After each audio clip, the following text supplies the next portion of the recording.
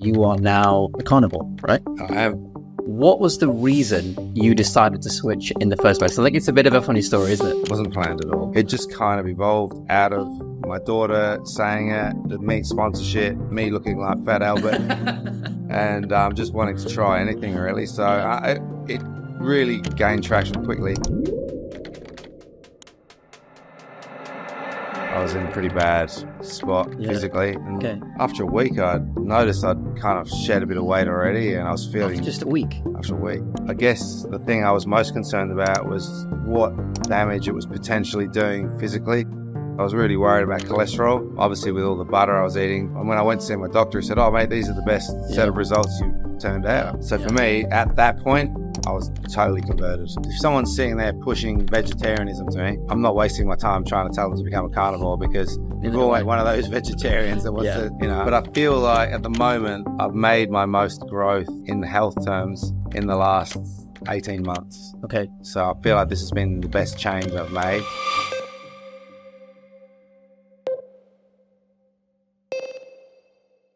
Welcome to the Dr. Abs podcast, where today I have none other than former England captain and cricketing legend Adam Hollioake. He has reached the pinnacle of elite sport, captaining his country. However, he has completely turned around his diet and he has joined the carnivore lifestyle. So let's take a look at what he's got to say about it. Thank you very much for coming, Adam. I know you're a busy guy. Yeah, thanks for having me. You kind of split your time between here and Australia, don't you? That's right. So we caught you just in time. Yeah. So obviously you have reached what many people dream of reaching, not just professional sport, but international and captaining internationally as well. And what's crucial for you is you have completely turned your life around having done that, and you are now a carnivore, right? I am. So I want to go straight in because I think that's what people are going to love to hear about. Yeah. So talk to me, what was the reason you decided to switch in the first place? I think it's a bit of a funny story, isn't it? Well, I don't know. I don't know if it's funny or I'm just showing myself up as being tight. But there's two things, really. My daughter's big into nutrition and she's a PT herself. And she had been telling me about how good the carnivore diet was. And so on one hand, I had my daughter, who's 22, telling me what to do, which doesn't come naturally for a dad, I guess. So I thought, what does she know? But then probably the thing that made me actually take the jump was I got a sponsorship from a butcher's. Okay, so that always helps. Yeah, great butchers back in Australia called the Meat Hub. Massive wholesaler, and then basically I've got two sons who are one's 13 and one's 18. Okay, and they're very happy to go on the carnivore diet. I bet they are. And me being a single dad, I thought, well, this is pretty easy actually. If I've got the meat there and all I've got to do is chuck a bit of butter in the pan and chuck the meat in, and then eggs in the morning is pretty much the easiest thing to cook. So inadvertently, without knowing it, within a week, we were the first week of the butcher's diet. We were of the carnivore, getting the butcher's sponsorship. We were on a carnivore diet, and after a week, I noticed I'd kind of shed a bit of weight already, and I was feeling... After just a week? After a week. Saying that, I'd just come back from coaching Pakistan. Okay. And I came back at an all-time high, 115 kilos. So I was in a pretty bad spot physically. Although that's it's a good marker to judge your diet from. If it can bring you from such a far away position to what you normally are, I guess it's a nice way to check it out. Yeah, that was probably, at that time, 10 kilos above what I normally sit at. I was just been sitting around 105 or something like that. Okay. So, 115 was too much. I'm not that tall, as you know, mate. So, we'll edit that in the camera to make it a bit higher up. Yeah, my program height's 6 foot, but my real height isn't. So, So when was this? Like, how old were you when you changed, and how many months, years, weeks, whatever it was ago was it? Well, it was in February this year that I changed. So November last year, I went on tour with Pakistan for 4 months or 3.5 months. And, that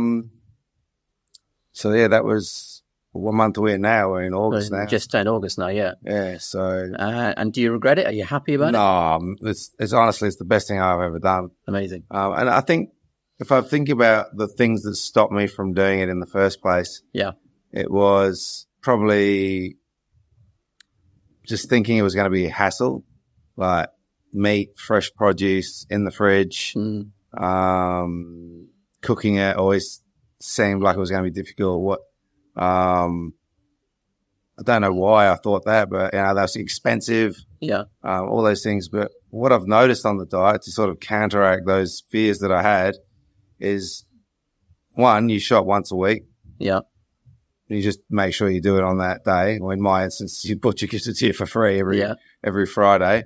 And then you just cook the meat. I just cook it in butter. It tastes great. The rest of my grocery shopping list is null and void because I'm never hungry. So I don't have any desire for all these things. That is it, meat and some eggs, a bit of Greek yogurt and some honey and some berries. Yeah. And I'm done. Is there any kind of butter that you use specifically? Just butter. Just plain butter. Nothing special. So was that a very sudden transition? You just thought, right, I've got the sponsorship now. I'm only going to eat meat now. Or did you decide to change slowly over a period of weeks or months? Well, I'd been thinking about it or been looking at different diets, just stuff that pops up on Instagram, really. Okay. And a couple of things I'd tried was just putting a bit of salt in my water, and anytime I had a sugar craving, just trying to have a bit of salt, really. So, and that seemed to work for me. So I can't remember the guy's name on Instagram. There's many of them that are on there. None of them as famous as you, mate, of course, but I hadn't found your page at that stage. So not many people have.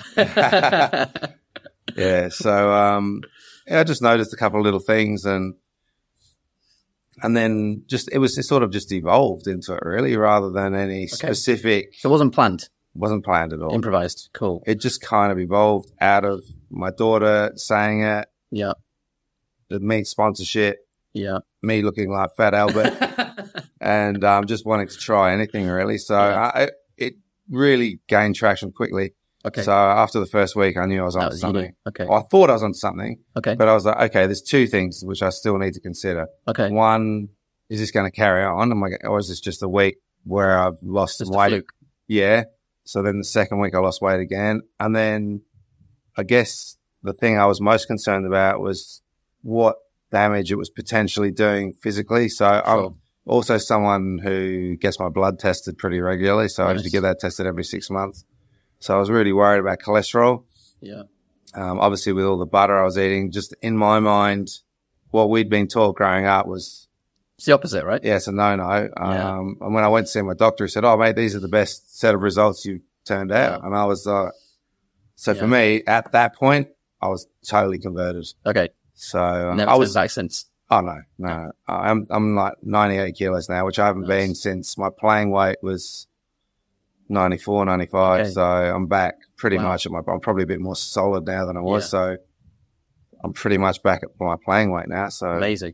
And you mentioned you were taking salt just when you got your cravings. Yeah. Is there any particular type of salt that you found worked best for you? Well, I only tried the suggested one was Himalayan rock salt. So I did that, but I've also heard that you can do Celtic sea salt. And I think we may have spoken about that last time we were. I don't know. I said it was someone else I'm thinking of. No, maybe. I sort of talk about it a bit. I bore everyone with it. So no, it's good. You're in the right place. I can bore all of your 5 fans, mate. Exactly. 3, including us. Yeah. So when you were changing, it sounds like you didn't really have any challenges.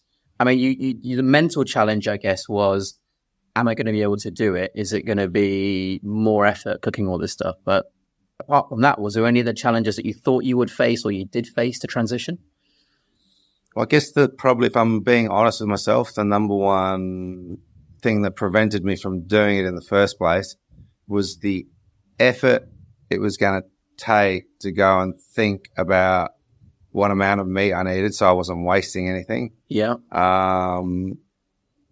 The cost of the meat, you look at the meat costs in I've got 3 kids. Yeah. Pretty much all eating as much as I do. So I think it's about 14 kilos of meat a week. So, wow. I mean, it's got my son's as big as me, my 17-year-old son, or 18, and my 13-year-old son's eating like a man. That's amazing. And my daughter's carnivore as well. Yeah. So, that's pretty good going. I mean, for me personally, I'm probably on about 7 to 10 kilos a week of meat. Well, that's yourself, yeah. So you can imagine with... Times that by 3 or 4. Yeah. It's clearly a lot. So you're eating a lot. Yeah. So, yeah, I mean, I'm also was trying to cut back on the amount I was eating as well, and it's helped. Yeah. Do you eat anything else other than meat or? I eat meat, dairy, and just salt. That's pretty much it. I do experiments now and again where I might try, a piece of a berry or something like that, just so I can watch my blood glucose and just see how my body responds, just out of curiosity, to be honest. That apart from the academic curiosity, not really, because I think like you, I don't want to go back. Yeah, you're incredible. It sounds like you're the same as me. You're like using yourself as a guinea pig. Yeah, exactly. So, and I've kind of done that over the years. I mean, you've got the glucose monitor. I do, yeah. I got one of those whacked on me when I was with Pakistan. So. Was that your choice? Did you do that yourself, or did the team say, we want you to put this on? That was my choice. That was something they had for the team. Okay. For the players, it was a non-negotiable. They had to do it. Well, I wouldn't say it's not like they had a gun held to their head, but I think it was strongly suggested that they do it. And then there was one there, and I said, okay, well, I'll do it. I had some problems probably about 10 years earlier where I almost became diabetic. Yeah, what are you saying? And my mum's diabetic, so I was pretty keen to cut that out. So I cut a lot of sugar out of my diets. I wouldn't say all of it, but.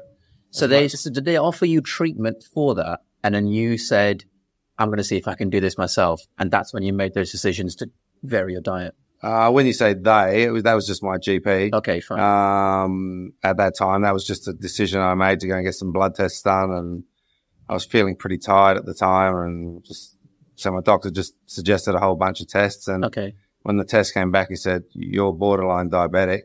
He offered me some medication. So I asked him, what about if I just laid off the sugar? Yeah. And me being, sounds like we're the same sort of person. If I do something, I kind of do it properly. Absolutely. So I went from having a lot of sugar to none. Yeah. Of course, there's sugars in everything, but I mean, there was no lollies, no sugar in my drinks, no sugary drinks, no, just avoiding anything with obvious sugar in it. Yeah. And, I was pretty much bedridden for a week. I was headaches and like withdrawal symptoms almost. Like horrible. Yeah. I mean, I was having a lot. I didn't realize how much I was at the time until I stopped. Yeah. Okay. And then I started Googling, like, am I meant to be feeling like this? And, I heard, stories that you're meant to wean yourself off. I just did it cold turkey. Yeah. But, I read that it was, it's hard to give up as, some drugs, like absolutely recreational drugs. So yeah. I've never done recreational drugs, but I mean, sugar is, a lot of people don't see it this way, but I think we both would. It's an addiction and people don't realize it because it's not an illegal addiction. So they don't think about it in the same way. Yeah. And I think when you've done what we've done and completely cut it out in that immediate period, you realize how much of a craving and how much you need it in your life. But I'm sure I speak on behalf of both of us. I'm very glad I've cut it out. And I definitely don't need it anymore. I think that's the best thing I ever did was cutting it out. That's the biggest, forget any way I look or looks, like fat that I put on, like just how it made me feel. Yeah. And then now if someone offers me lollies, it's like, I don't know about you, but it just makes me, just the thought of it makes me. I'm exactly the same. I can't think of anything worse. Yeah. So occasionally I like a bit of ice cream or something like that. But We're all human. Ice cream's is my weakness. That's my Achilles heel. Same for me. A Coca-Cola and ice cream was just my weak point in life. Coke. But ever since I transitioned, I've never had a single drop of Coke since. Do you feel ill if you look at a thought of a Coke, or is there still sometimes appealing? Good question. I do feel ill, but I look at it and I think, I don't want what it does to me. Yeah. I just don't like the thought of Coke anymore. Is it you don't? Yeah. Is it the association of how Exactly. it makes you feel? Yeah. Exactly. Yeah. It's a thought of what it's going to do to me. And I don't mind that. I don't mind that. As in physically or the appearance or just how it makes you feel? As in, I know that what's going to happen biochemically speaking in my body. Okay. In terms of the pancreas, in terms of insulin. For example, depending on your size, you're probably going to have, and this is a rough number, so please like comment saying you're slightly different. But if you're an average size, probably about 5 grams of glucose or sugar in your blood at any given moment. Yeah. Right. So if you have a can of Coke, which is roughly, I think it's around 30 grams of sugar. I might be wrong on that. Yeah. But you're putting into your body and eventually into your bloodstream 6 times what your body has deemed the safe level to be. So it's setting it at 5 grams because we all universally agree, whether you're carnivore or not, that's just where it needs to be. Otherwise, your body wouldn't be doing it. Yeah. So if it determines that it has to be 5 grams and you're putting 6 times that in, what do you think is going to happen if you do that chronically? It's not what we're designed to do, I think. So for me, that thought is just really bad. And no way do I want that. I think a lot of it's education as well. We grew up, my parents, and I look back at what my parents did. And my parents, they're great parents. They want 100%. I'm confident that they wanted the best for us. Yeah. They tried to make us as healthy as possible. Tried to always make us eat well, surrounded us with the right people. Yeah. Good education, like literally like whatever they could do, they did. Yeah. Fed us Coke and 7-Up that was actually, I mean, I remember we used to carry the shopping bags back from shopping. Yeah. And we'd have for the week, there'd be probably 10 to 20 bottles, like big bottles of, and I was like, well, at number one, how much would that have cost us? Yeah. And number two, what were we doing? I mean, we probably, at that age we were running it off because we're so active. Yeah, yeah. As a child, you don't notice. But, yeah, like. The same for me. I remember the day I gave it up. And like now, the thought of any type of fizzy drink, I just can't deal with it. I used to have it every single day when I was a student at university, sometimes like multiple cans a day. Yeah. And I was fine because I used to do sport, usually like 10 to 14 times a week. I was doing hockey, athletics, cricket, badminton, just constant. Mm. And so even though it was a massive energy spike, because I was so active all the time, it was a band-aid. Yeah, you got away with it. And I think modern athletes now are doing okay on that kind of thing if they're doing that because they're athletes. Yeah. And I think when they finish their career, potentially they're going to pay the price depending on the person and what they've eaten. And if they can make changes. Yeah, exactly. I mean, I've seen my boys are both into the NRL, the rugby league back in Australia. And I've seen, video footage of there was the behind the scenes things with players, and some of them are just hooking into the fizzy drinks, and the other players, who are already not doing it, go, how does he do it? How does he have like 3 Cokes and like 2 chocolate bars before he goes out and plays? They're paying the price soon. Well, I'm guessing that they're running around will help, but when they stop, then it's going to have to be. When I played, I had zero interest in fizzy. I'd have fizzy drinks. I just drank them. I was like, I just kept a stable weight the whole way through. Yeah. I think just because of the amount of calories you're burning. So, and I think now what's interesting is you're kind of, I think, at roughly the similar weight, not too far away as when you were playing, but you're not having to put in as much effort to simply maintain everything. And that's a really big, big thing. Yeah, I do between 5,000 and 10,000 steps a day. I've got one of these rings which tells me how much. That's right. And at first it was a little bit of an effort to I'm going to walk there rather than just getting. I don't know about you with your glucose monitor. Yeah. Do you find that if you do have a bit of food, that you have a little bit of an insulin spike, and then if you go for a walk, it really stabilizes you very quickly? Not particularly. I don't really have a spike anymore. Okay. Mine is at most just a slight small hill, and then it goes back very, very quickly. There's nothing else. And when I'm doing any kind of exercise, like if I go to the gym, my blood glucose rises because it's feeding my cells more. Yeah. And then it will very quickly go down back to normal again. So I don't really have any kind of spike. Yeah. When I say spike, I mean, guess what?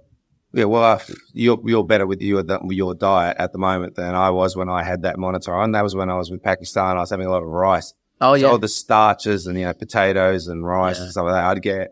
I wouldn't call it a spike, but it would raise. It's noticeable. And then it'd start to crash. Yeah. And then if I had a little bit of sugar, it would balance it out, which was ironic. Okay. And I guess that was why when it was crashing, you feel that desire to. That's why carbs sweet. make you more hungry. Yeah. You have the carbs, it rises. Your pancreatic cells, the beta cells, release the insulin. The insulin tries to put that glucose into the cells if it can. When the cells are full, they'll stop responding to insulin. Cough, cough, diabetes. Mm-hmm. And the rest of it will cause damage to the circulation system, or it can get stored as fat.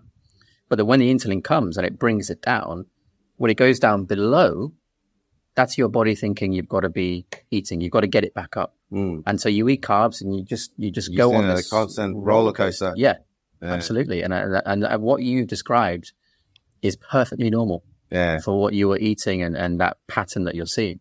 So what I found with that, and I wouldn't advise it as a healthy lifestyle, was when I did have a little bit of a rise. Yeah. I just went for a walk after dinner. It just really leveled it off quite quickly. I don't know. I don't have an answer for why that was, but it's just something I observed. Yeah. So if I didn't walk, then I noticed I'd end up sort of bouncing a little bit. So yeah. Well, the walking is, when you've got your cells taking in the glucose, they're basically, it's like putting petrol in a car. Once the tank is full, it shuts off, right, automatically in your hand. And it won't take any more because it'll cause damage from the cell's perspective. Yeah. Now, if you were putting the fuel in, but the engine was on and it's burning at the same time, you're putting it in as it is slightly going down so it can take more. Mm-hmm. So if you eat and then you do something afterwards, like going for a walk or whatever, or any have exercise any time, all the petrol in the cell's tank start burning it. Yeah. So it can take more. And so it's not staying in the blood glucose. Yeah. Staying in the blood, as long. And so you have a difference in blood glucose readings, eating and doing nothing versus eating and then going and doing something. So again, what you've experienced is perfectly normal. Yeah. It's interesting. You've kind of figured that out for yourself just from observing using a CGM. Well, I would say myself, but a lot of this stuff that my experiments on myself are pretty much based originally just on how I feel. Yeah. So there's no science behind it. Okay. Then with, monitoring, with the ring and the patch, all of a sudden I'm starting to get some actual feedbacks. And then with the doctors getting the blood things back. Yeah. And then the final piece of the puzzle is actually having you tell me the scientific reason behind it. So it's probably the wrong way to go about it, the way I've done it. Yeah. Well, I would say not wrong, but just different to the way most people get told the science. Exactly. And then they make the changes. I've kind of just worked out through trial and error. You've done it intuitively. Exactly. Yeah. Right. Yeah. And I think that lends credibility. Capable of accessing at that exact moment. But it shows what's true, what's correct. Because if doctor tells you, do this and you're going to feel better, but you do it and you feel worse, you're thinking, what's going on? Yeah. But if you try something to make yourself feel better and then doctor confirms using metrics that you can't use an opinion argue for. Yeah, you can't. It's just there. It's black and white. It's exactly. Like, what? Are you going to have an argument with exactly or argue yelling at your ring? It's like exactly. It is what it is. I think there's slight measurement error in these things, but it's a guide. Yeah, and because you have the same error every single reading, the trend is still followable, and I think that's still perfectly reasonable for people to use. Well, that's what I wasn't for one second thinking that it was. Accurate to the and it doesn't really need to be. You need a trend. Yeah, you just need. Yeah, I mean, to be more accurate than a CGM, the only thing really you can do is a finger prick blood test. Yeah, because there's going to be if you measure this, you kind of got an instantaneous reading, and that's what it is then in that moment. When you use a CGM, depending on the person and the device, the sensor, all these sorts of things, there'll just be a bit of a delay depending on which one, maybe ballpark figure, something like 15 to 20 minutes of a delay. Yeah. So what you're reading on this happened 15 to 20 minutes. Roughly speaking. It's pretty quick. I noticed that when I'd eat some sugar, when I first got it, I was watching it like some sort of weirdo, some sort of nerd, just looking, and then, here it goes. You just start there going. I used to have it up as I was eating a meal. Yeah, watching. We need to get a life, right? Bear both of us. So what would you say it's done, obviously, in terms of your weight? It's, shall we say, normalized it, for want of a better word. Yeah. What about your overall health? Do you notice any change in terms of any medical conditions or close to getting a medical condition? You mentioned you were almost pre-diabetic a while ago. Has this done anything in that aspect of your life? Not that look, I can only, medically, I can't say. I can tell is when I've had my blood test done pretty much every 6 months for the last 10 years. Yeah. Once I had that pre-diabetic feedback, that would have been 12 years ago, I reckon. Okay. Ever since then, I'm like, well, why wouldn't I just have my blood tested every 6 months? Yeah. Because that pretty much saved me. If I hadn't done that, then I could have been like my mum, Full diagnosis. Yeah. So, and I've completely reversed it. There's not even So you've never gone anywhere near where you were before? I was just comfortably eating whatever sugar I wanted. So, which was too much. I didn't really have fizzy drinks, but I did have those Slurpees or slushies. Slushies, Those, and they're horrendous, aren't they? They're like 50. I think sugar syrup. I think they've got worse. They're worse than a can of Coke. Yeah. So to be honest, they're not that much worse than things like oat milk. Because oat milk is just sugar water at the end of the day. Is it? Yeah. So that's. It's a big myth. And there are articles now where people are coming out and saying, actually, this is not that much worse than sugar water. Jeez, I went on the oat milk because there was that after the pre-diabetic thing. I went to probably for about 3 years later. I had a high cholesterol reading. Okay. So at that stage, I was experimenting with barbecuing. Okay. But I was having nice experiment. A lot of pork. Yeah. And I was having a lot of coffees. Yeah. I'm trying to think what else I was doing because I've experimented a lot with different. I went through the vegetarian stage for condolences. Literally for about 2 weeks. I'm like, this is ridiculous. Really? So I just felt what was it that when you went on that, what did you feel? What changes did it make to you? I just felt terrible. Right. I just felt no good. I had no energy. Yeah. I have to admit, I didn't give it a good go. I probably tried it for maybe a month or something like that, but I was feeling no good from the beginning. Right. I just watched that documentary Game Changers. Yeah. Oh, yeah. We spoke about this before, didn't we? Yeah. And what a load of nonsense. Well, that was. I guess I'm a guy who likes facts, as we've discussed. That gives you factual. I think all athletes. The ring gives me facts. So I deal in facts, and then on top of facts is that how do I actually feel? So they're the two things I can rely on. Yeah. And then when I was watching the Game Changers documentary on Netflix, they were, I don't know whether they're lies, but they've just chosen data. Cherry picked. Yeah. So there was one in particular that got me. It was their, people's aerobic capacity. Yeah. And it was like, this is what, and as soon as they went vegetarian, it was, and I thought, I don't know why, my career was already over. We can have a chat about that if you like, because there are reasonings, and I don't know if you'd be interested, but maybe, if other players ask you, when you look at people in general that eat red meat versus people that are maybe a vegetarian and or vegan, however you want to define veganism or plant-based, you find that people who eat red meat generally are the sort of people who are statistically speaking more likely to do less exercise, drink alcohol, smoke, and things like that. And people who are vegetarian or vegan or plant-based, statistically speaking, they're probably going to be more likely to exercise, do yoga to and not stuff. smoke. Exactly. Yeah. So is it the difference in meat, which is one difference, or is it everything else? Difference in lifestyle. Exactly. And when you look at exercise performance and specifically aerobic capacity and VO2 max metrics like this, you trace it back to legendary scientists like Professor Tim Noakes. I don't know if he's ever been mentioned. I've heard him. This guy wrote a book a long time ago called The Law of Running. Law, not as in L-A-W, but L-O-R-E. And this was like the Bible of sports medicine, sports science, exercise for a very, very long time. And he advocated in it high-carb diets.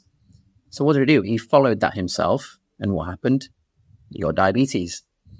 And he reversed the diabetes, basically doing the opposite. And now he's looked at a lot of research where you have athletes who are high carb versus high fat. Mm-hmm.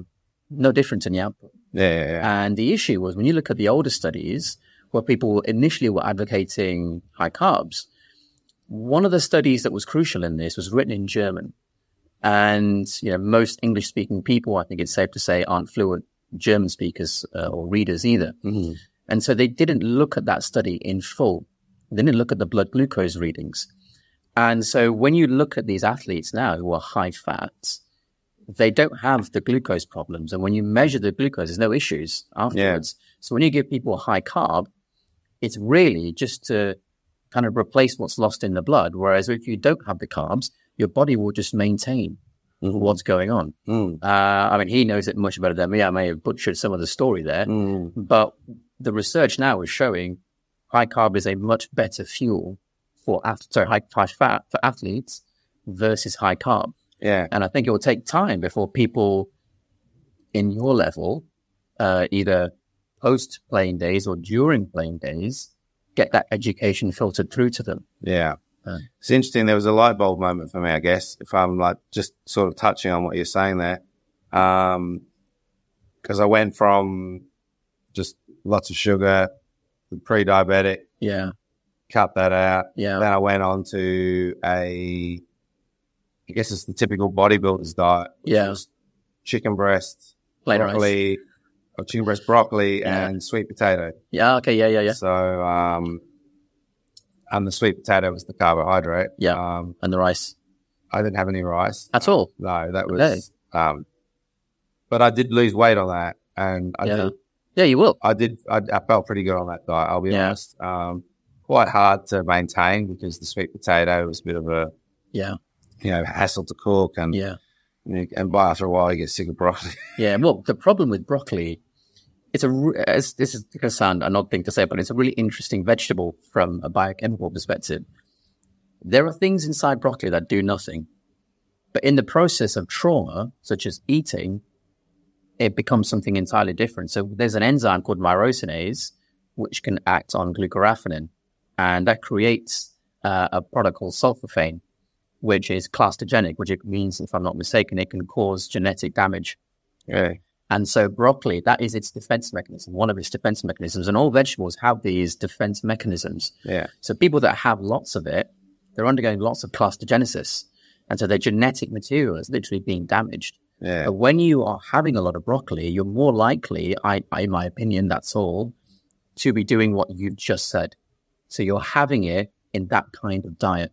And if you're having that kind of diet, you're probably doing it because you're very, very active, going to the gym a lot, you're bodybuilding, all these things. Yeah. And that's almost compensating for this. So overall, your net positive is better. Yeah. Exactly. But if you were to take out all the little negatives within it, you'd be even more net positive. So then I went from that diet. Yeah. Which I like that diet. I'll be honest, I liked it. A little bit difficult to maintain. I felt good on it. Yeah. Then I went, well, the sweet potato is a bit of a pain to cook. So I went, oh, well, that's the carb. If I cut the carb out and just have chicken and broccoli, that's going to be even better. Yeah. Never been more tired in my life. Yeah. Because there was chicken breast is very lean. There's no fat. There's no fat in it. And I'm not getting any carbs from the sweet potato. Exactly. So I was chicken and broccoli. And then after 2 weeks, I had to give it up because I was just too tired. I'm not surprised. Then I had the light bulb moment was from my daughter when she explained to me, and you just said it before. Yeah. Was you get your energy from two places, carbs or fat. Yeah. So when growing up would cut the fat off the meat. Yeah. Same. Same. And, butter, you don't have butter, that's bad for you. Get that out of here. Yeah, exactly. But now it's like, this is great. Like, get it on as much as you can. Yeah, it's drowning. I mean, the amount of butter I'm putting on my it's not going to harm you. You look at the research of people like Chris Kenobi, For those wondering, it's Knobbe. This guy looked into the history of seed oils, the unsaturated oils, so things like olive oil, which even today we think of in a really good light.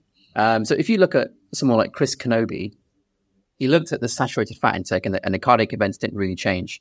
Once unsaturated or seed oils started to come in, like olive oil, avocado oil, canola oil, which is like rapeseed oil here, once that started to go up, the cardiac events massively went up as well, even though the saturated fat was very, very stable. Yeah. Now, obviously, that doesn't imply causality. It's a statistical data set, but it's a very hard to ignore statistical data set. And another thing that people need to realize is when the body is making fats for any purpose, you have to ask what type of fat is the body making, because that defines for us what we are meant to have. Why would it make fat type ABC if it's going to harm us? If that was the case, none of us would be alive today because our ancestors would have died out. Yeah. And it always makes saturated fat. So when we're trying to put loads of stuff which is the opposite of what our body is designed to have, to me, it doesn't even make sense. Why would you then go and do that? So you cooking in butter, I don't think you've got anything to worry about. And then you're doing exactly what we've been doing for a very, very long time before cardiac events came on the rise. Yeah. Exactly. What do you feel it has done to your energy levels doing this since obviously February this year? We're just in August now. Yeah, definitely my energy levels. I just feel they're consistent. Okay.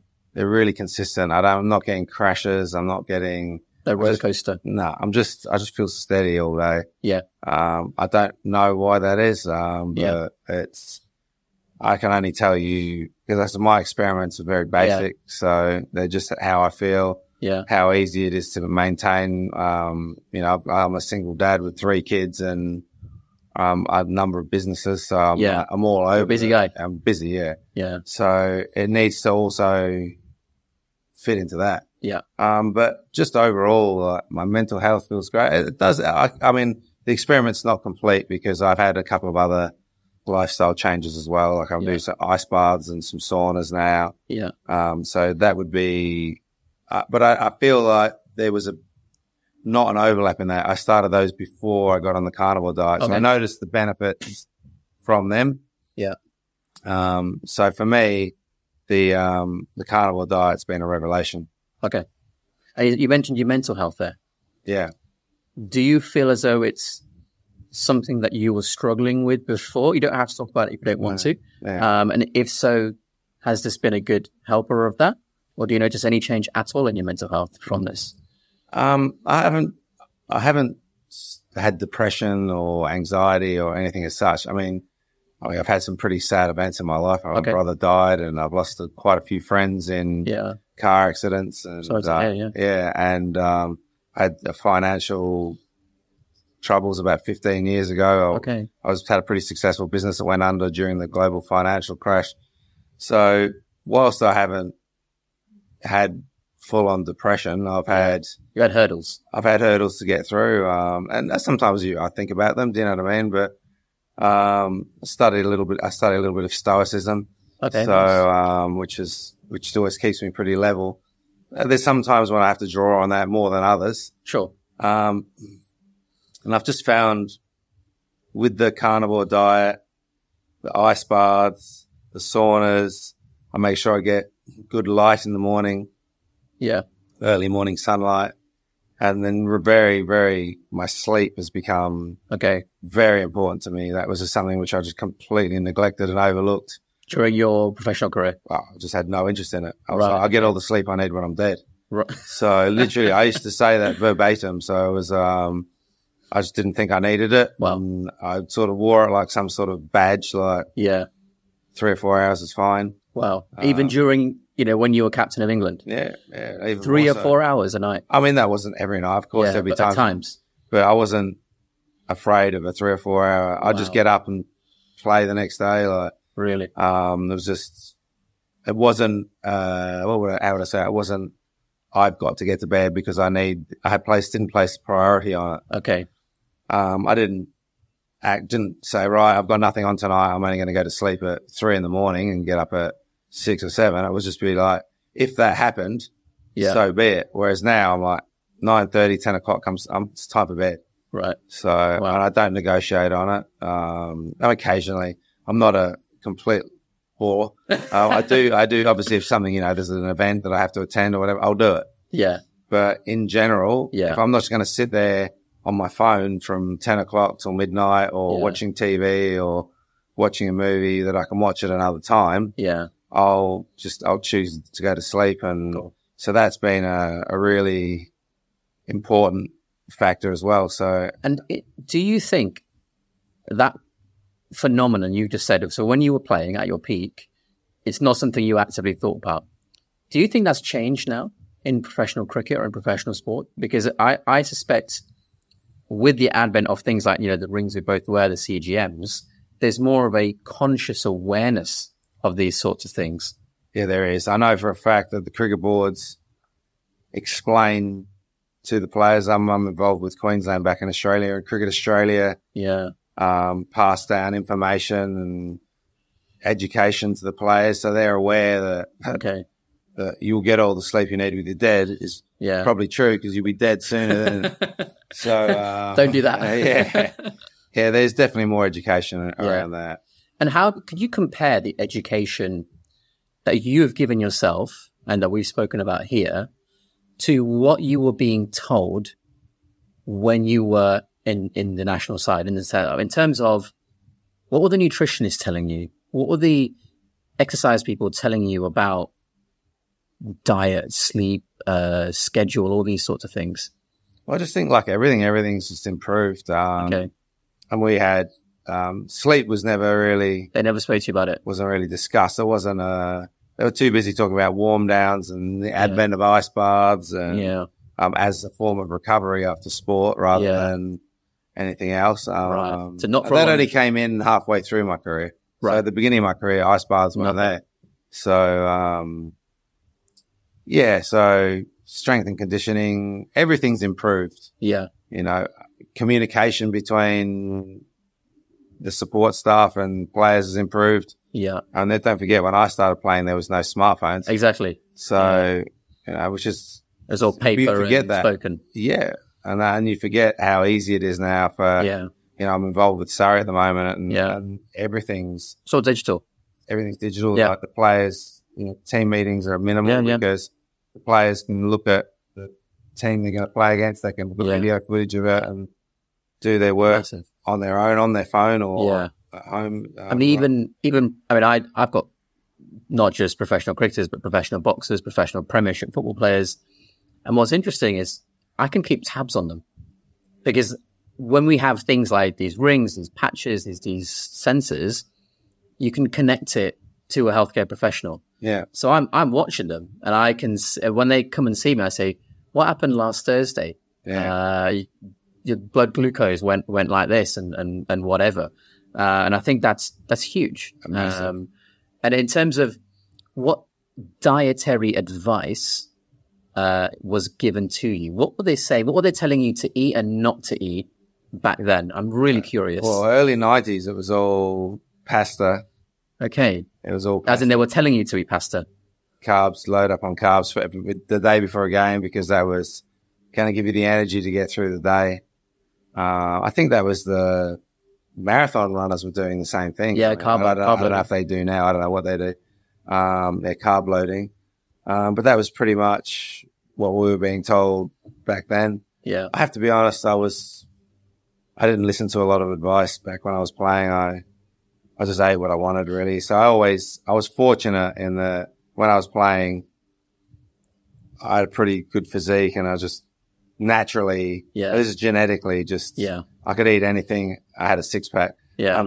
God, wish those days were still, it's not like that now. You speak on behalf of everyone. It's just so not fair. Old age is a curse. So, but back then it was anything I wanted. Yeah. Literally anything I wanted. Just go for it. I had a six pack. And wow. So there were no restrictions on what you can and can't do in terms of diet.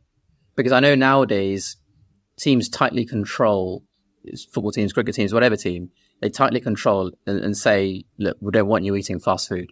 We don't want you loading up on Coca-Cola. Well, they said the same thing back then, but it was like they had no way. Obviously, I know McDonald's, like, but no one stopped you. There was no one, like, you just did it. So I mean, they can't stop you now, really. Yeah, true. But the only time they really started making a fuss was when we went for the fat tests. Oh, right. And then if mine stayed the same just because of genetics, but if I think you'll talk of someone like Mark Elam, who was my counterpart in the England team at the time, and very good cricketer, probably loved his food and drink as much as I did, but did used to put a bit of weight on. So they used to ride him, hard about his diet. They never said, and I'd go in there, I'd do my thing, and they'd be like, yeah, great, you're doing fantastic, whatever you're doing, just keep doing it. Yeah. Whereas I was probably worse than him. I just genetically was fortunate that I got away with it. So what were they doing? Well, you said measure the fat. Is it just calipers? Just calipers, yeah. And they're looking at the fat under the skin. Yeah. That's really interesting because... And then weight and high BMI. Yeah. Standard GP stuff. When you measure fat under the skin, you're measuring the amount of fat that is meant to be in that location. Nowadays, what's more important, I think we touched on this briefly when we spoke a couple of weeks ago, fat around the organs is the bit you want to be worried about. Visceral. Yeah. And so I take it from what you said, they never looked at that back then. Do you think they look at that now? Do you think they pay attention to that now? How do you measure that? I'll be able to tell you. Just a little scan, like a DEXA scan. DEXA? No, they don't do DEXA scans. At all. I had one on myself the other day. How was it?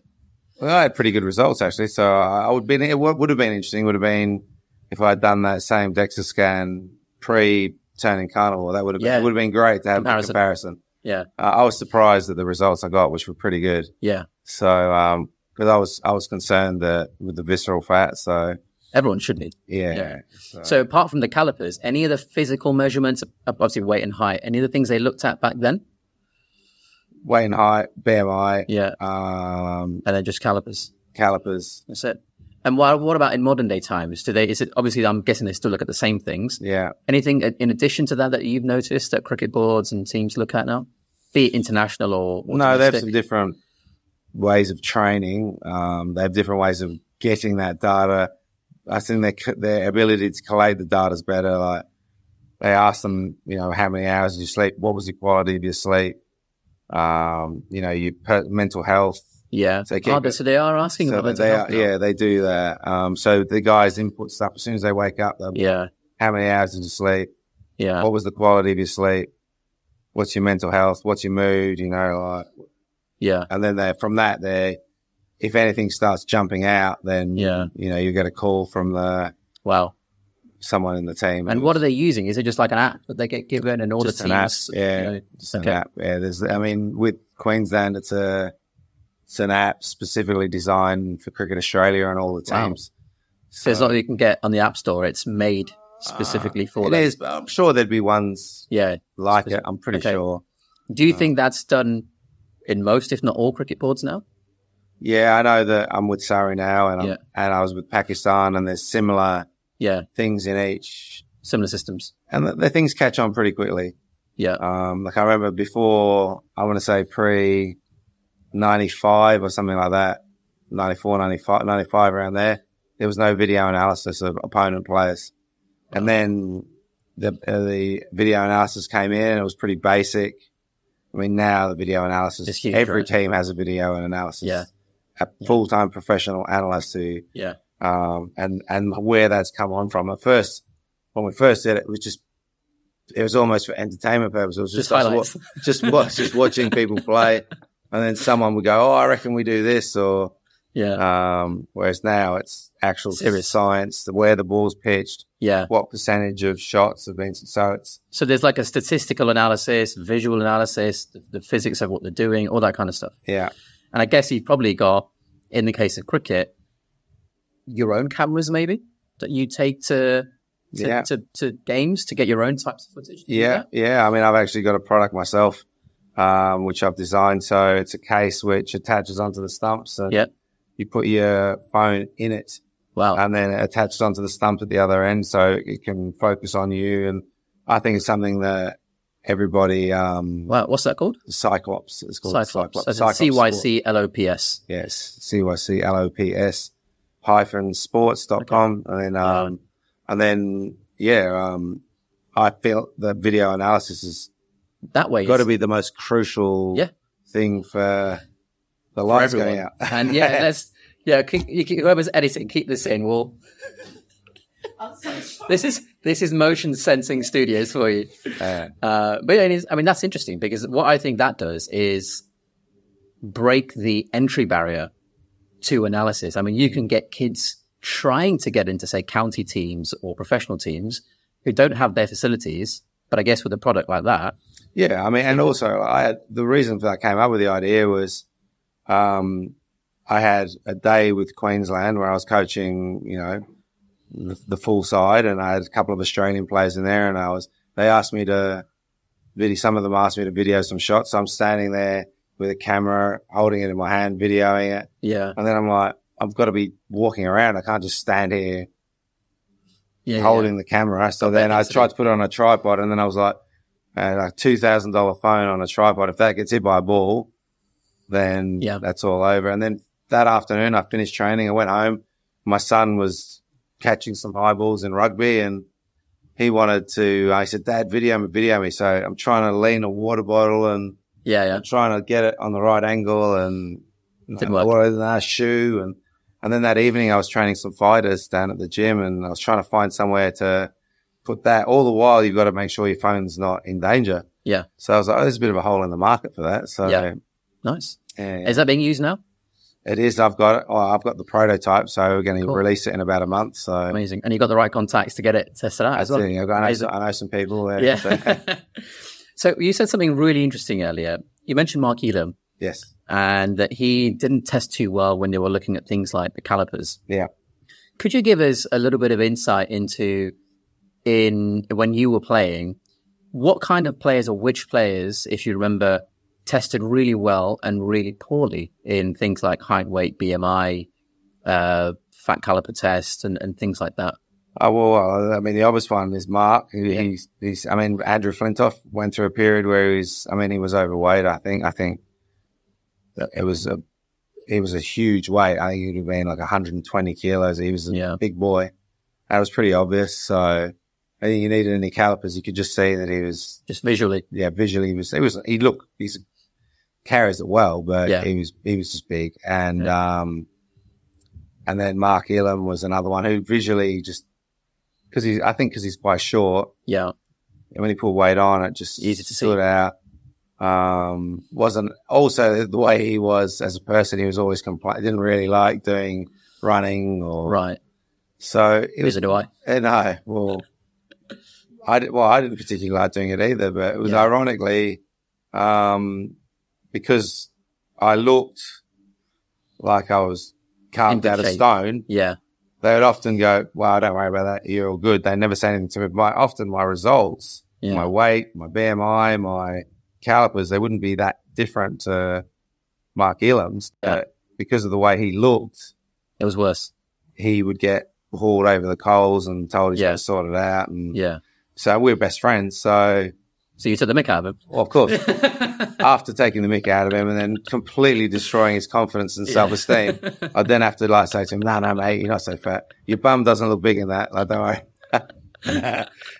So, and then Andrew Flintoff the same.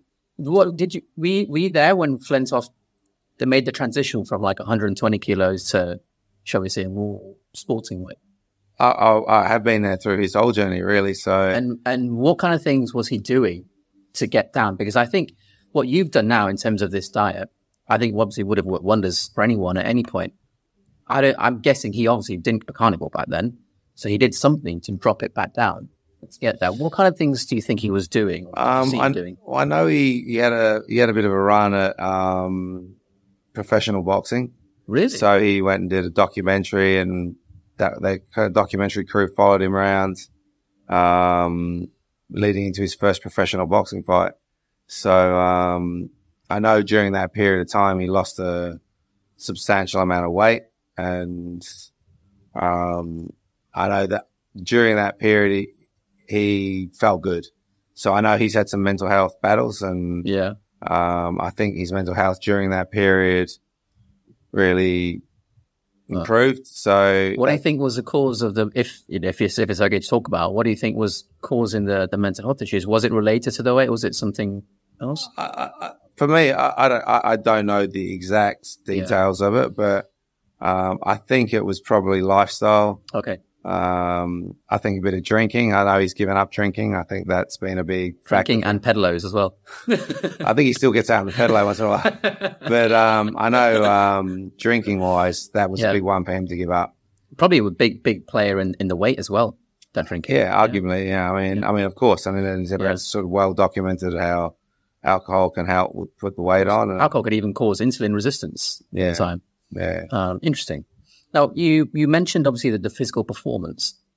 Would you say, and just in your own opinion, if you were living the lifestyle you've got now, carnivore diet, etc., if you had this lifestyle when you were a professional, do you think it would have made any difference at all? And if so, what difference to the quality of your playing and the length of your career? The first one, the length of my career wouldn't have made any difference because I retired early anyway, just for other reasons outside of, I was still physically okay when I retired. So that one probably doesn't apply. Yeah, I don't know. I mean, I would think it would. Yeah. But like I said, it's hard to tell because like I said, I always looked in good shape. There was always a Band-Aid, I guess, and your 100%. Genetics was the Band-Aid. Yeah. Whether I would have had more energy, I suspect I would have. Okay. It's hard to think because I tended to, I was just young and you're made out of healthy. Rubber and magic at that age, aren't you? And I just whatever. Like I'd have 3 hours sleep, drink 10 drinks, turn up, wake up the next day ready to go, ready to just go to war. So I think that's in that sense. There's an aspect of a mental side to it as well. Yeah, because you have to perform. Yeah, you've got however many hundreds of thousands of millions of people watching you. It's going to be on YouTube for decades to come. Like you almost have no choice but to be at your best, right? Yeah. And that's true. And also it's probably slightly different to just sitting in an office where if I have 3 hours sleep and drink a bunch of drinks and I've got to sit at a desk and do the accounts or do some Excel spreadsheets. There's nothing pushing you mentally. I'm probably going to fall over. Yeah. So, but if you're playing in front of 10, 20, 50,000 people. Cameras on you. You've got your adrenaline going. Yeah. You tend to forget you've only had 3 or 4 hours sleep and you just do it. Even if I mean, not every game I played was in front of 20,000 people, but 50,000 people.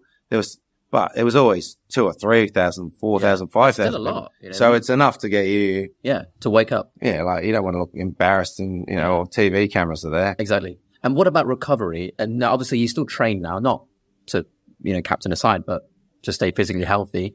You go to the gym, you work out and you have, certain recovery now on the carnivore diet versus say last year when you weren't carnivore. You can feel that difference in yourself. Yeah. Do you think when you were a professional playing for England, captaining England, your recovery after a match would have been better, quicker, whatever word you want, had you been carnivore back then? Or do you think because you were young, that would have band-aided it over again? I don't know, that'd be an interesting one. So I mean, it's a hypothetical question. So I would think so. Yeah. I don't really notice because now I don't push myself to the extent. I mean, I'm not going, my days of going to the Olympics. I reckon I'm going to make it.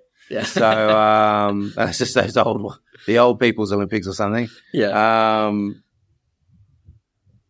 So I don't really, and I never push myself hard enough now, which has probably been a hard thing to do because mentally, you mean? Well, I'm used to training. Sure. And, just to actually now learn to just train nicely. Yeah. Because there's a risk reward. Like if I go and train like a lunatic, just if I'm going to the gym and I get injured, then I can't train at all. Yeah.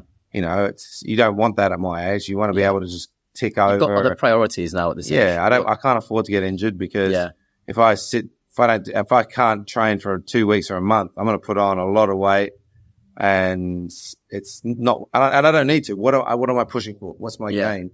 to be lift 2 kilos more or be 30 seconds faster on a running machine. It's like, there's a point of diminishing returns. I don't need it. Yeah. So like, guys go, what's your max deadlift? I said, I have no idea because because I'm not even going to try and do that, because if I hurt my back, all of a sudden I'm out for a month or a week or 2 weeks or whatever it is. Yeah. And I'm going to put on 5 kilos and not be able to just train. There's no point.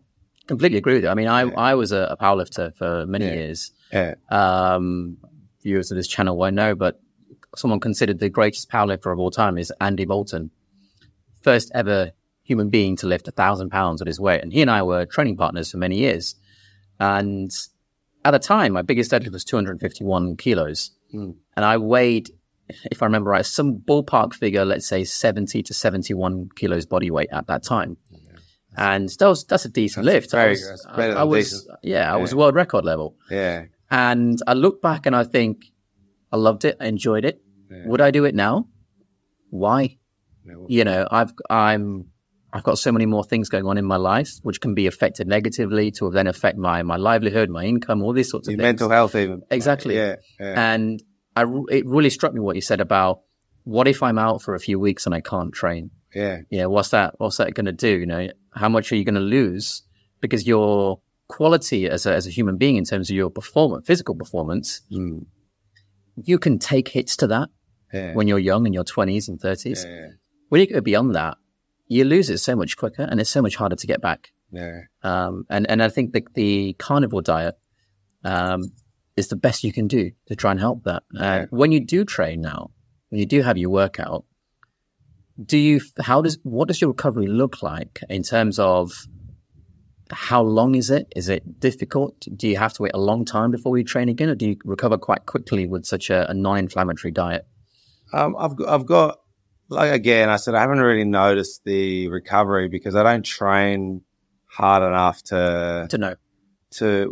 When I used to train, I'd train to the point where you wake up with DOMS, you know what I mean? Like sore or, you might train like that twice a week. I remember you told me once that you did the training where you were running upstairs and your wife was asking, what are you doing? What are you doing? What are you doing? Do you want to just tell viewers that story? I think it's quite interesting. Yeah, it was when I retired. I would have been 31, 32, and I put on weight straight away. Yeah. Probably because of what we were talking about earlier. Probably carried on eating sugar and just stopped training. So I was like, I've got to lose some weight. And where I live, there's a thing called Jacob's Ladder, which is a 250 stairs staircase to get from the bottom of a hill to the top. Whereabouts in Australia is that? It's in Perth. And when I was there training, I used to do that 10 times. I'd be 2 stairs at a time. Wow. To sprint up it, walk back down, sprint up it, and I'd do that 10 times. So I don't know how many flights of stairs that is. I don't know, 10 or something like that. Anyway, so it was hard. Yeah. To the point where sometimes I'd throw up. Yeah. Proper hard. And then she said, what are you doing? Like, I said, I'm training. She goes, well, do you think that's sustainable you're going to be able to do that when you're 80? I was like, no. She goes, well, are you going to the stair climbing world championships? I'm like, no. She goes, why don't you just train nicely? I don't know why she felt that invested. Yeah. And that was bothering her. We're divorced now. So yeah, it's, I don't know how it was bothering her, but she found a way to, and I thought it's actually, it was the right point to make. And then after that I went, I just got to train a bit more within myself.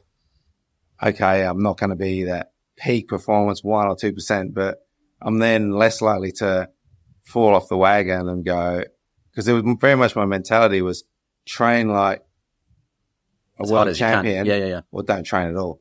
Yeah. Whereas same as me. And then sometimes the thought of going to train when you weren't quite up for it, I just skip it. Whereas rather than that, I just go in the gym now. I just train nicely. I get a bit of a sweat on and push myself a little bit. Yeah.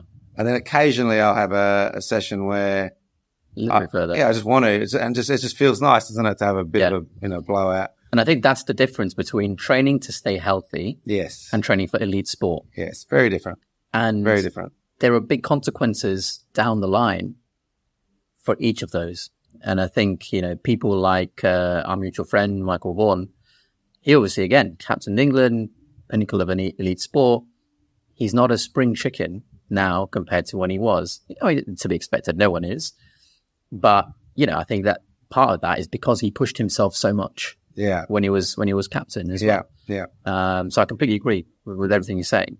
I want to touch on a little bit of what your carnivore diet actually looks like. Talk us through a typical day in terms of what you're eating. So inadvertently, just something to add to that is I've kind of also started with a few fasts as well. Nice. Okay. So, and that started probably because of, again, a common theme in this podcast is probably like they had the ease of just doing it. You know what I mean? So for me, I buy 3 or 4 dozen eggs. Nice. And then the boys will probably have almost a dozen eggs a morning between the 3 of us or 4 of us. Yeah. Depending if my daughter's there or not. And then we'll just make that into omelette and then we eat that. You just tuck in. And that's the first meal of the day. How does that change with you being in the UK? Because obviously you live in both places. I'm guessing your kids are in Australia. Yeah. Do you eat differently you're here? Do you find that food availability is different here? I mean, you're going to have better beef in Australia, let's be honest. Oh, I don't think so. Really? Well, the butchers that I'm at, that's good beef, but just the butchers at the supermarket, I actually think the beef's better here. Really? Wow. I think it tastes better. I don't know why that is. I've actually wondered. I wonder if it's to do with the grass being maybe greener, maybe more water, more rain, greener grass. The meat seems a little bit more tender. It's all good though. I mean, it's not bad in Australia. But, I mean, I like it. So, so I'll start with 4 eggs. Yeah. And then I'll usually come back. I'll get up in the morning about 6:30. I have a bit of a routine, like ice bath and get out in the sun. I do a bit of grounding, what have you. Then I have my 4 eggs. Then I usually go from there, drop the kids to school. Okay. Do my training in the gym, and then I come back and I usually have my first steak of the day. Do you try and time it so it's as soon as possible when you get back after the gym? Yes. Interesting. And is that not because I mean, I've heard the benefits of it, but mainly just because I really get hungry. Yeah. Yeah. And so I'll have a steak. And then sometimes after I've had a steak, I get a little bit of a sugar craving. So then I might have some yogurt with some berries. Yeah. After that. Yeah. And then from then on, the rest of the day, I just listen to my body. Yeah. When I'm hungry, I just eat. And if I either choose a steak, if I'm really hungry, if it's been a good 4 or 5 hours, I'll choose a steak. But if it's only been an hour or 2, I'll try and drink some water with a bit of salt in it, or have, something salty, and that usually gets rid of the craving, or some yogurt with honey in it. Yeah. And that'll get the craving down a bit. But then once probably every a bit longer period, then I'll just have a steak. But I'm not set by times. I've got a lifestyle which has changed a bit. So interesting. And is there any particular cut of steak that you think you function better on? We just have the 2 that we get. Well, there's 3 that the butcher gives us. He does just the what was it called? Scotch fillet, I think. Yeah, which is pretty lean. Yeah, pretty lean. Yeah, right? Filet is always quite lean. Yeah, and then we have a rump steak. Yeah, a bit of fat on that. Yeah, there's a bit of fat on that. A porterhouse, I think, is the one that's a big one. Yeah, that's quite a good one. So, but I haven't been back to Australia since I found out about this fat thing. So I'm more happy having the fat now and the butter. Yeah. So, I mean, just when I go back, I'll probably go more porterhouse and rump. Yeah. Then, although the other one tastes great. Yeah. So I guess now, knowing what you know now, doing what you're doing now, is very different to whenever you would have a steak in the past, where you would probably try and cut some of the fat off. Yeah. In the past, you're always having it now. Yeah. And more butter. More butter as well. It makes it taste better as well. Yeah, I'd agree. Completely agree. Yeah. And you mentioned fasting.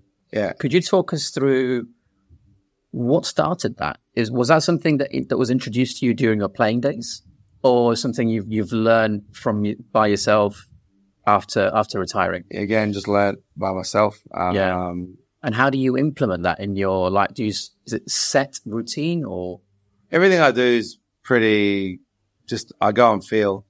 So, I just read about the benefits of it. Sure. I read some, there's a different 16-hour fast, 24-hour fast, 36-hour fasts, and 72-hour, so water fasts and what have you. So I haven't really taken in too much on it, but back, I'm going to say around the time when I was pre-diabetic, I went and I spoke to someone who put me on the chicken, broccoli, and sweet potato. They weren't a dietitian, but they were just someone who, I think they were a bodybuilder. Okay.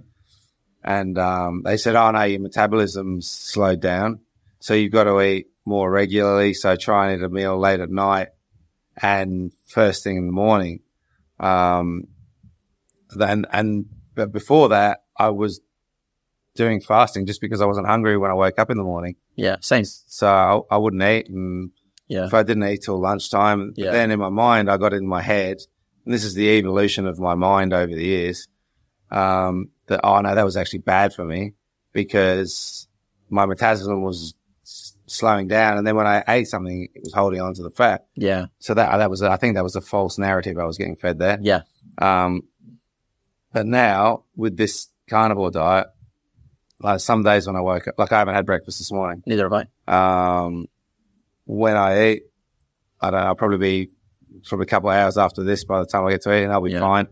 I'm starting to get a little bit hungry now, but nothing major. Not like I'm dying to, like I'm about to run over there and cannibalize you, mate, or anything. Thank God. Although you do look quite tasty, mate. So you reckon fasting isn't something you aim for in terms of, I need to get this many hours in. It's more just, you just naturally end up going over time without eating. Like this morning, I was in a bit of a rush and had a few things going on. I had a couple of meetings to do before I came here, and it was just like, I could eat something if I haven't quite got the time. So cool. I'll just skip it. And what about training then? Do you specifically try and eat before you go to the gym on that day, or do you prefer to train without, or is it just something you don't care about? I don't worry about that too much. If I can have a little bit of, I like to have some eggs before I train if I can. Yeah. I don't know why. I just like to have a bit, and then as soon as I finish, I like to have a little meal as well. Just, I don't know. I think that comes back to the old saying, you got to have protein as soon as you finish training. So that's anabolic window. Yeah. That's something I'd heard, and I probably haven't shaken that. Yeah. To be honest, I don't know whether it's correct or. Well, what's correct is your body. Yeah. If it's giving you a feeling of hunger, it's designed to do that for a reason. Yeah. If it's not giving you a feeling of hunger, it knows better than anything else. Yeah. And if it's making you feel hungry after you eat, then you've done the right thing. Go ahead and eat. Yeah. You mentioned the eggs before you train. Yeah. I don't suppose you have them raw, or do you have it? No, I don't know. I just scramble them, or some. It does whatever's fastest. Okay. I don't scramble them in a bowl because that's another bowl I've got to wash up. Yeah. Same. So I just crack them in the pan and then kind of. Yeah, mess it around. I don't even know what that's called. If it's scrambled or just badly cooked fried eggs. What is? So I just, and then I chuck some salt on them, and I just get it. I'm just kind of eating for fuel, really. I'm not eating for. So I guess you don't count nutrients. You don't count how many grams of protein about how many grams of fat. You just shove it in. Yeah. And I just go for 4 eggs. I mean, I'm sure there's different sized eggs. I get the biggest eggs. Yeah. In the shop and just have 4 of them. And does your butcher give you eggs as well? No, but I want to, now that you mention that, I want to see well, I have to go. So my butcher just gives me all my meat, and then I just get whatever, like the yogurt and the eggs whenever. He does have eggs there now that I think of it, so I'll see. Get on the phone tomorrow. Come on, mate. Let's go. Give me chuck some eggs in there. Would you mind if we talked about 2010? Is that right with you? Yeah, sure. So could you describe what happened? And I'm intrigued. What pulled you through mentally, aside from your kids? What other things you used? Are you referring to the money, the financial side? Could you talk about what happened there? Yeah. So the global financial crash, I think, started off in about 2008. We had my share of the company would have been $40 million. So I lead a very simple lifestyle. I don't gamble. I don't really drink. I don't do drugs. I don't really like fast cars. I don't have an expensive or lavish lifestyle. So that money would have probably lasted me 20 lifetimes. Yeah. If I'd wanted to, do you know what I mean? So, but I'd given my dad $1 million in 99 and he turned that into a vast amount of money. I had my own money over here. I had $4 or $5 million of my own money, which in my mind, this is my money and that's your money to go and gamble with. He turned it into a lot and I was fairly naive business wise. So when he did that and that went down, the banks came after all my money as well. So, and that was because of the global financial crash. Yeah. So, wow. And what was that like? You know, when I'm guessing one day particularly, you must have got a phone call or a text or something to say something is going wrong. No, it was a gradual thing. I knew the global. I mean, it was, when I say gradual, but fast, but gradual. It wasn't like, right, we're taking all your money. It was happening. And it was like, all right, we need to get this refinanced. We need to get this. And then it was like, everywhere we were going was like, no. And then banks were calling in loans because they had no money either. So they were calling in money and,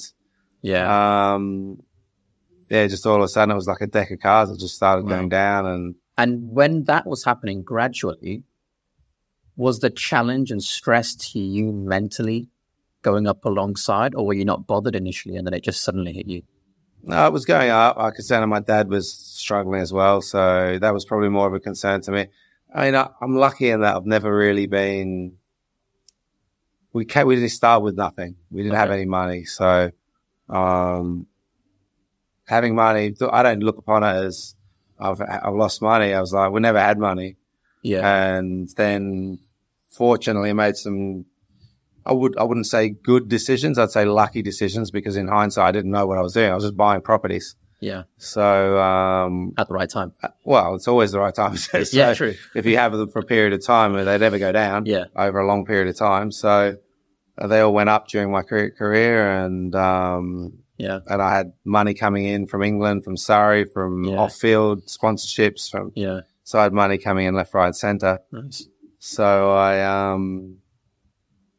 I'd never really, but there was just, my bank account was just going up. It wasn't like I lived any different. I didn't all of a sudden start flying around in private jets or buying Lamborghinis. I still drove the same car. And so when I lost the money, I'll be honest, it felt bad because it was the first time I'd lost in anything. Not financially, like my career was a successful career. Yeah. We won 9 trophies in 7 years as captain of Surrey. And then with England, when I played for England, we won a Champions Trophy over with England. So everything I'd ever done had been successful. Yeah. I had a TV show back in Australia that was very successful. So this was the first time that I was going, with my brother dying was obviously a failure, but that's life. We're all going to die. So, and it's not your fault. It's nothing you can have done about it. Exactly. Yeah. So, it wasn't my negligence. I mean, he just died. And then with this, it was kind of like the first time I'd failed at something. So, it hit hard. Ego got hit pretty hard. It was probably for about 6 months. And then one day I was just driving along and I was like, what's no big deal? I'm like, my house is a bit smaller and my car's a bit slower. Yeah. I'm still hanging around with my same mates. In fact, I've got rid of some that I didn't like who were only around for the wrong reason. So that was a bonus.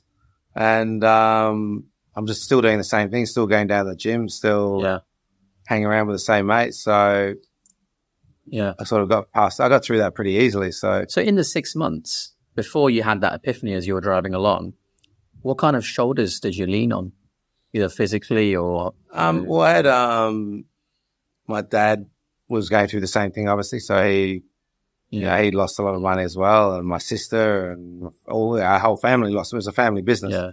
So we all had one another to bounce off. All my good friends were still there for me. They were like, "You all right? You need some money?" I'm like, "Nah, I'm not that bad." But good. I had a lot of people reach out to me. The club reached out to me. Yeah. Oh, wow. The PCA, Professional Cricket Association. Yeah. And it's karma because I've always sort of led my life by treat people with respect and regardless of who they are, whether it be the king or someone who's homeless on the street or whoever, just treat everyone nicely. Yeah. Just be nice. Yeah.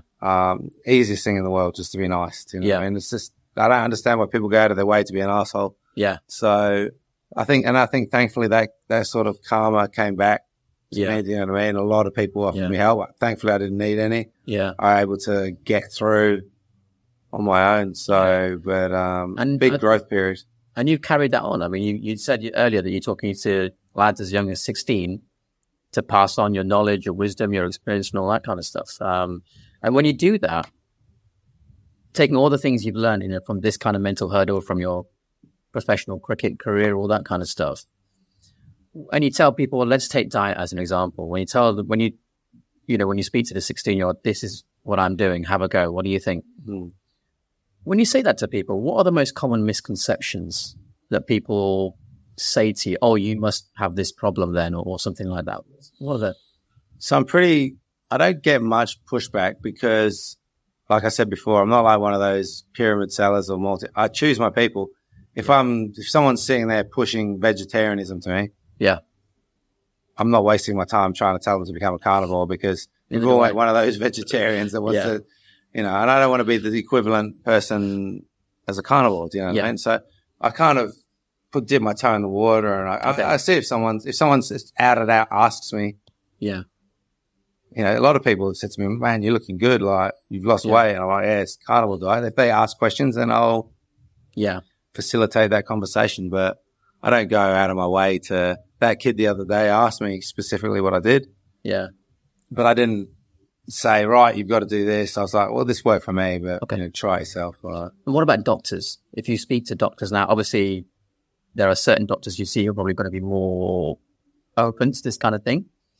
Have you had doctors look at your lifestyle in terms of your diet at least and say, that's really bad for you, or this is going to harm you? I haven't seen many doctors. I've got one doctor back in Australia, and I saw him just before I came over here. So I told him about the carnivore, and he went, great. He's South African. I don't know if it's anything to do with it. They love their meat, don't they? They love their biltong, don't they? So he was like, great. No, it's a great diet. He was happy with it, and he wasn't bothered or particularly interested either. But he was like, yeah, that's a good diet. Okay. Interesting. I mean, that's uncommon, I've got to say. Yeah, I think it is, yeah. But he is, he's my doctor for a reason. I think he's quite open-minded, and I'm pretty open-minded as well. I'm here to listen to what anyone's got to say. So, and then try and put it all, and then ultimately, like I've listened to, like I said, I've alluded to that. I've tried the vegetarian diet. Yeah. The chicken and broccoli diet. I've tried all the different diets, and and you felt the difference. And I felt the difference on this one. Like I said, I felt good on the chicken, broccoli, and sweet potato diet. I felt good on that one too. But I just found it hard to maintain. Yeah. I mean, I suspect the reason that was good is because you've cut out a lot of rubbish. So I'd like to talk a little bit about your actual training schedule as well. Yeah. When you were at the peak of your career, or at any point in your career, could you give us an idea of what a professional cricketer, at least back then, maybe even now, goes through in terms of how many times a week are you physically in the gym? How many times a week are you in the nets? And how long is all those things? How do you actually push yourself during the week? So first thing, it's pretty hard to answer because it varies so much, but I'll answer it in this way. Obviously, when you're playing a game, you're playing the game. So, so cricketers do play a lot of days. So, I think, for example, footballers might play one game a week, maybe sometimes one every 2 weeks. So, but one a week in general. So their week's pretty structured. Whereas a cricketer, you might play every day or 5 or 6 days in the week. Yeah.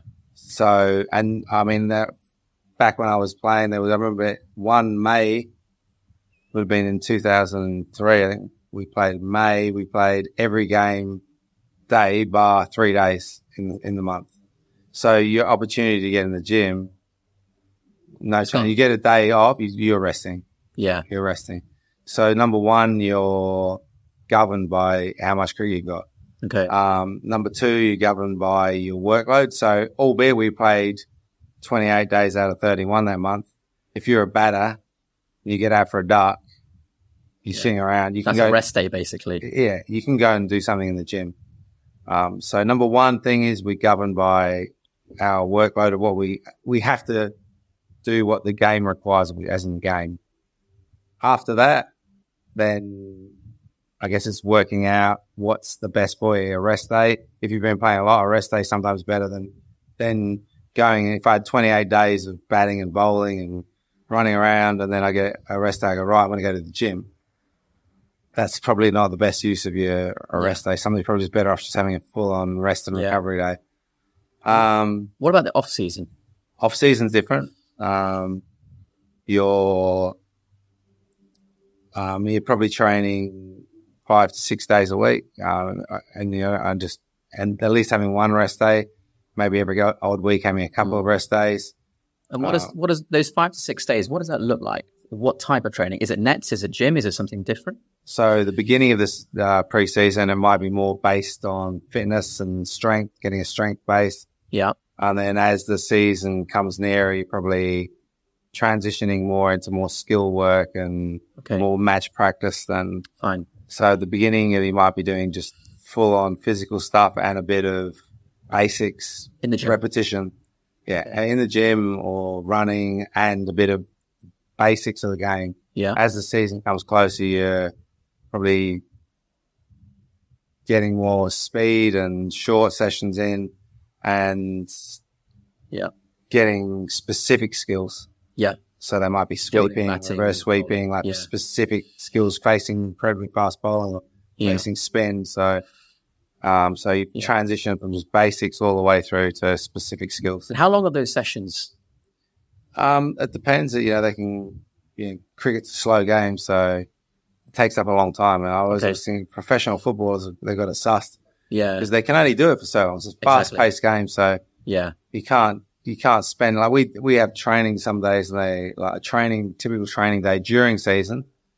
And that's bearing in mind the workload of the season, and you're trying to get some sort of recovery. It's from 10 to 1 p.m. So that's a 3-hour session. Nice. So and at the minute then, obviously now you're not playing as much anymore, but you are playing for fun, you're coaching, all that kind of thing. In terms of what you do in the gym, can you talk to us about what you're attempting in the gym in terms of, are you going to failure? Are you not going to failure? What kind of sets and rep ranges are you going for now?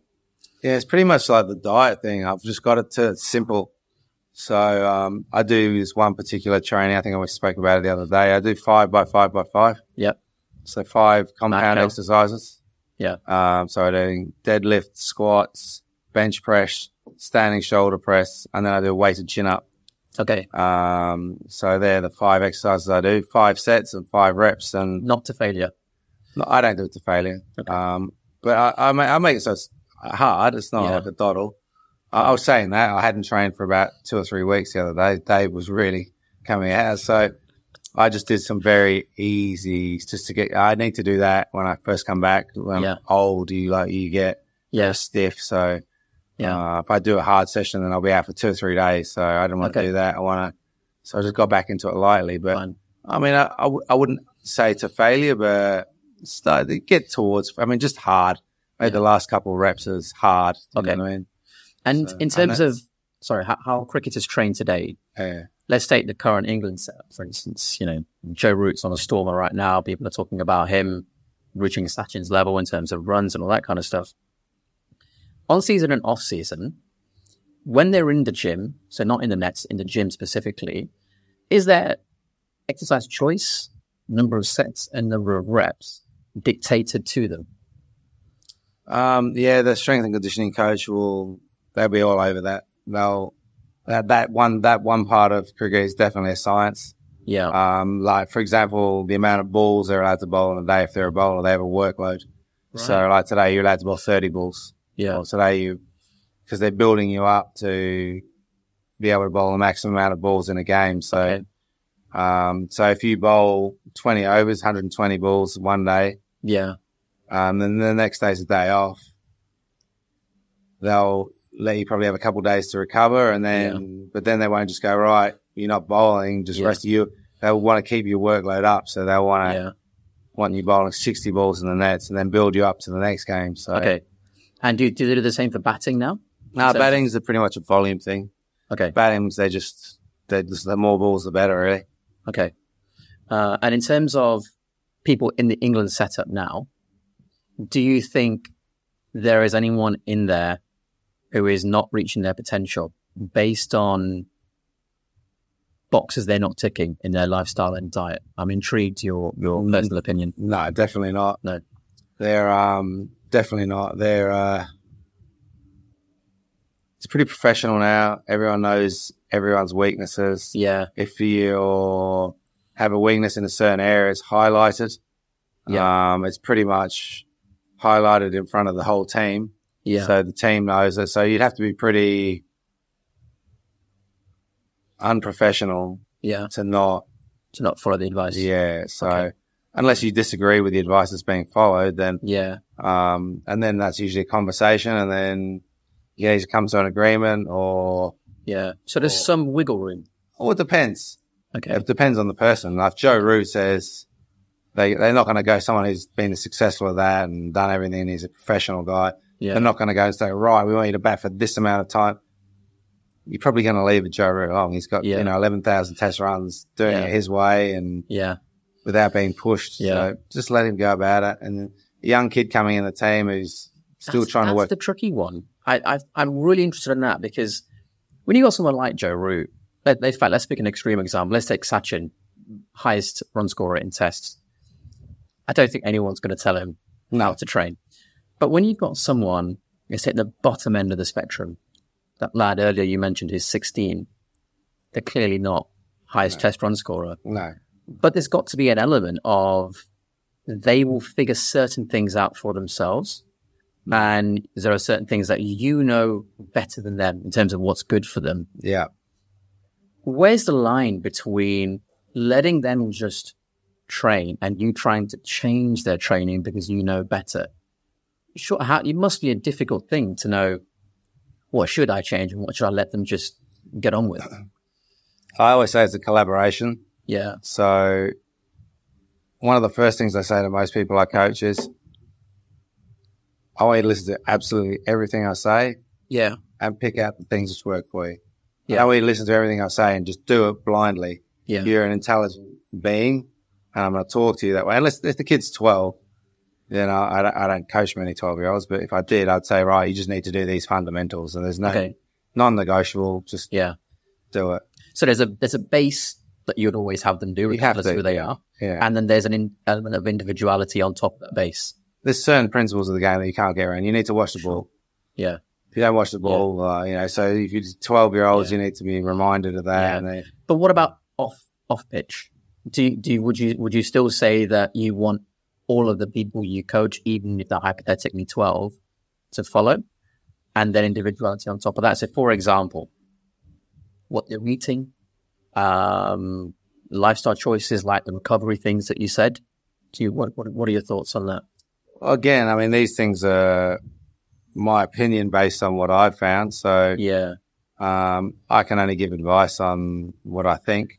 Yeah. So I try not to be right. My way's the right way. Yeah. Or this is how I did it. Yeah. I think you've got to try and have a bit of, and no one wants to be talked to like that. And even if you're 12, you don't want to be spoken to like that.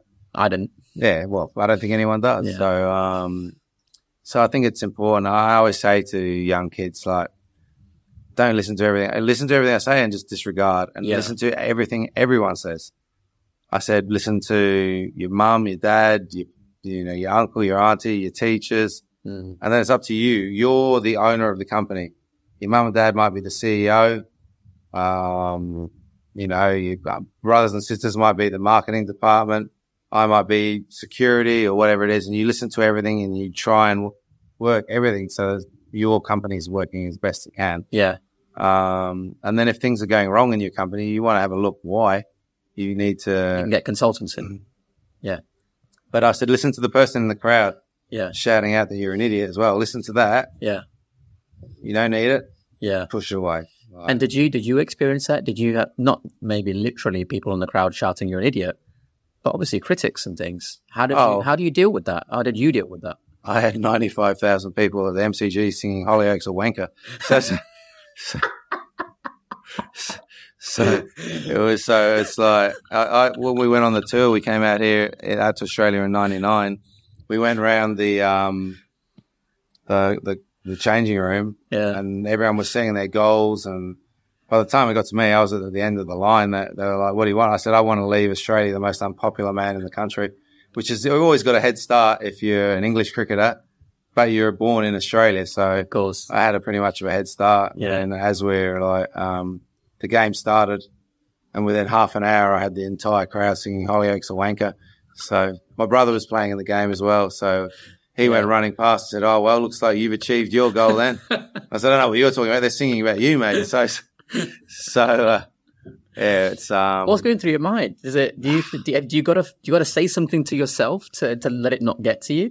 Not really. I think you've got to,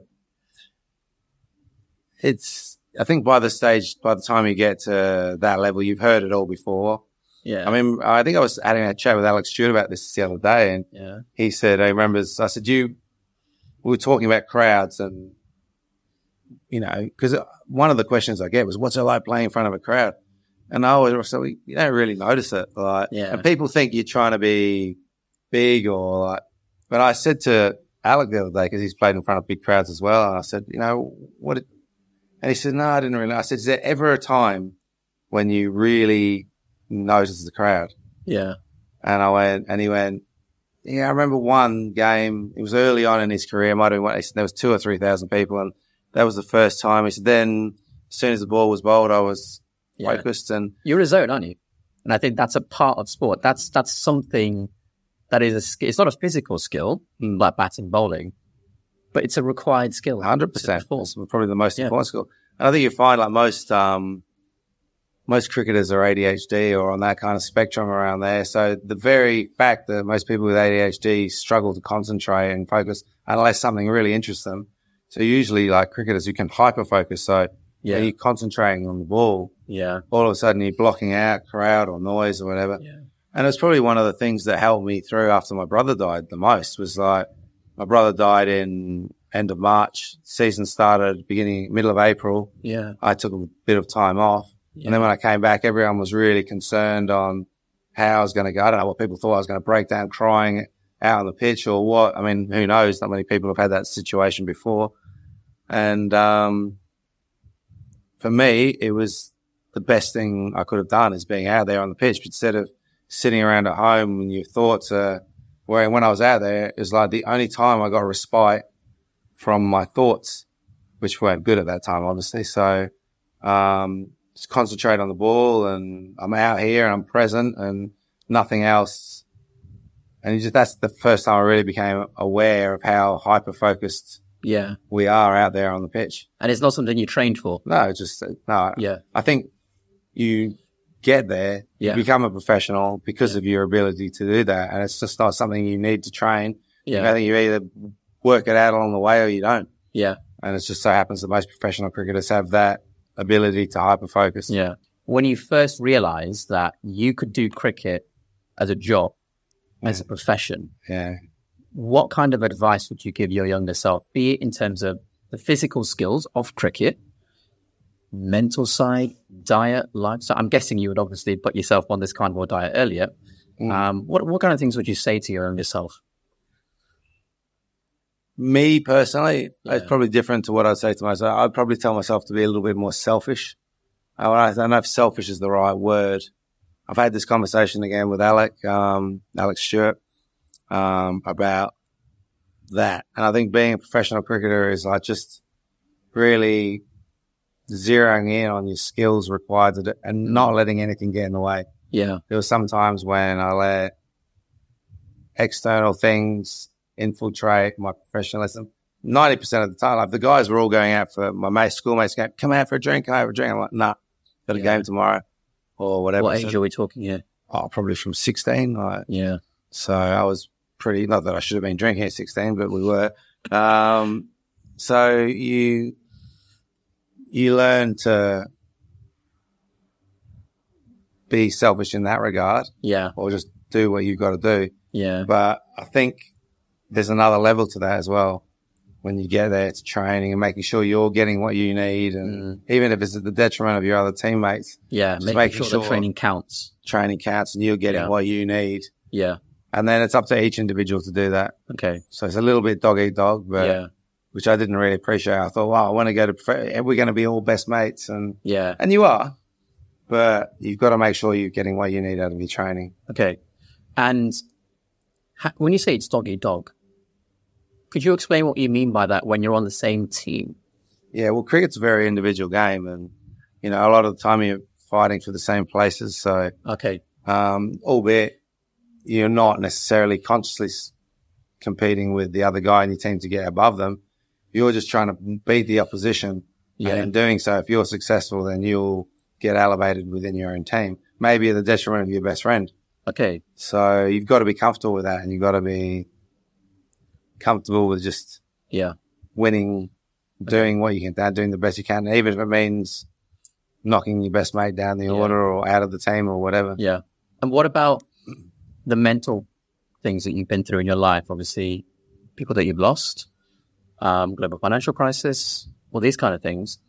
What advice would you give yourself before you went through those things to better cope with those things, if anything? I think it's something I find myself saying a lot. It is what it is. Yeah. It's, life's going to throw things at you. It's inevitable. If you think you're going to go through living on the planet for 75, 80 years, or if you're in carnivore, die 100, if you're going to go through it without losing anyone or without losing hair or teeth or, muscle or, finances, you're going to have, when we journey through life, we're losing all the time. Yeah. Always losing. It's a race to the bottom. And it's how you cope with that that determines how happy and successful your time here is. Yeah. So I think the sooner you come to terms with it and have mechanisms, mental coping mechanisms to deal with that. Yeah. Just controlling what you can control. Okay. Yeah. What can you control? Could I control my brother dying? Yeah. No, I can't. Yeah. It is what it is. And, but the show's got to go on. And, for a lot of those years, I spent time trying to think, what if I'd done this or what? I'm just crazy. Don't hold on to things that you couldn't have done. You can't control. Yeah. Fine. And if you can control them, then the next time the situation arises, control them better, learn something from it. Yeah. So if you can't control it, change it. Yeah. If you can't change it, change the way you think about it. Yeah. So that's a motto that, those two mottos are mottos that I would have learned younger. Yeah. If I would teach my younger self that, and I've taught all my kids that. Yeah. Even the youngest one, 13. Yeah. Yeah. So control the controllables. Yeah. If you don't like something, change it. If you can't change it, change the way you think about it. Yeah. And just, it is what it is. Yeah. Those three things are, that if you live by those things, I think you won't go far wrong. Yeah. And what would your advice be or response be to anyone who's thinking of adopting a carnivore lifestyle? My advice would be give it a go. I've tried enough things and made enough mistakes and thought I've been right enough times to know that I'm not always right. But in this instance, I believe it's the right thing. It's worked for me, but I'd say give it a go for a month. If it doesn't work, you can go back to your old diet. That's fine.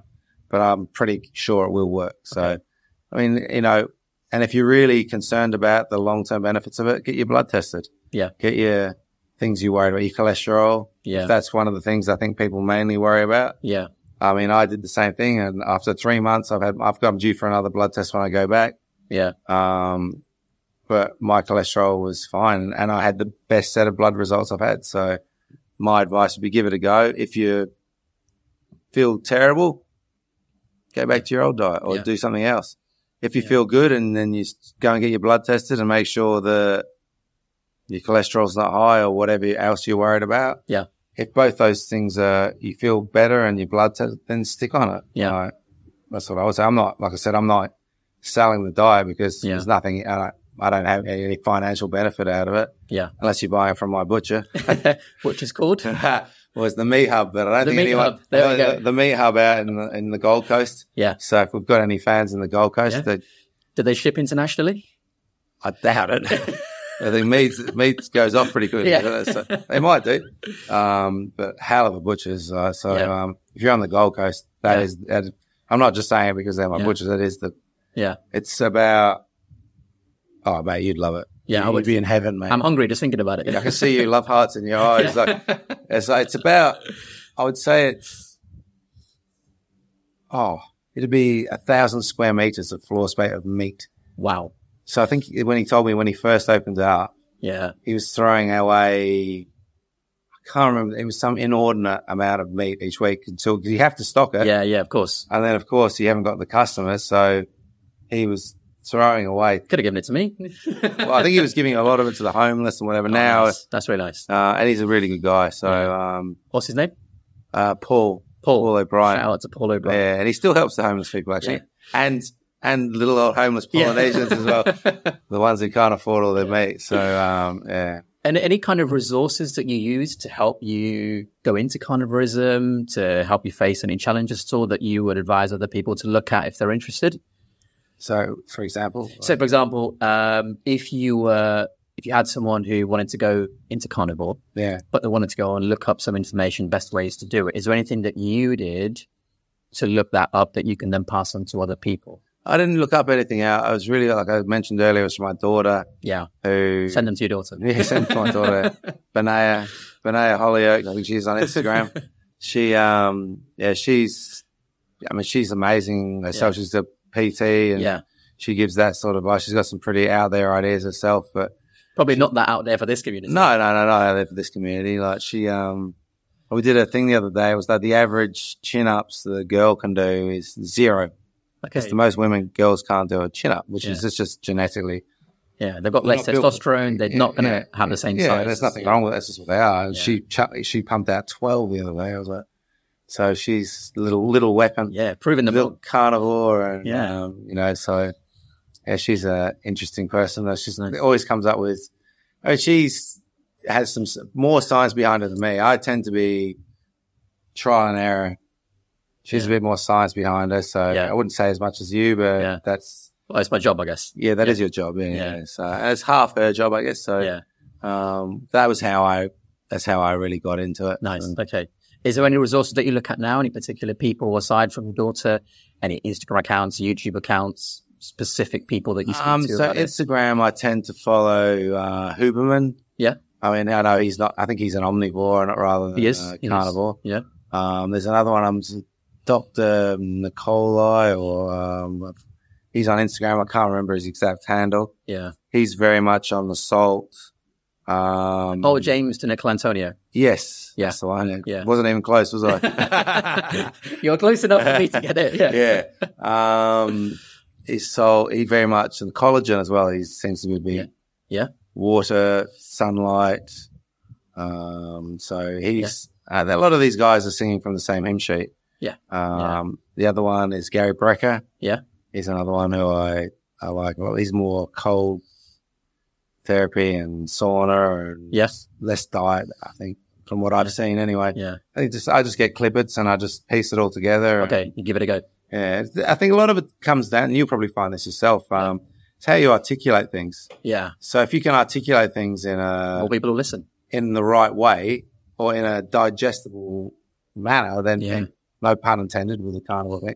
If you can do that, then some of these guys, they say exactly what we're saying, but they're just saying it in a way which is, it just appeals. Yeah. If you can say it in a 30-second or 45-second or a minute reel, then sometimes I screenshot it and play it, save it in a little favorites thing, so it just stays in there. So. Nice.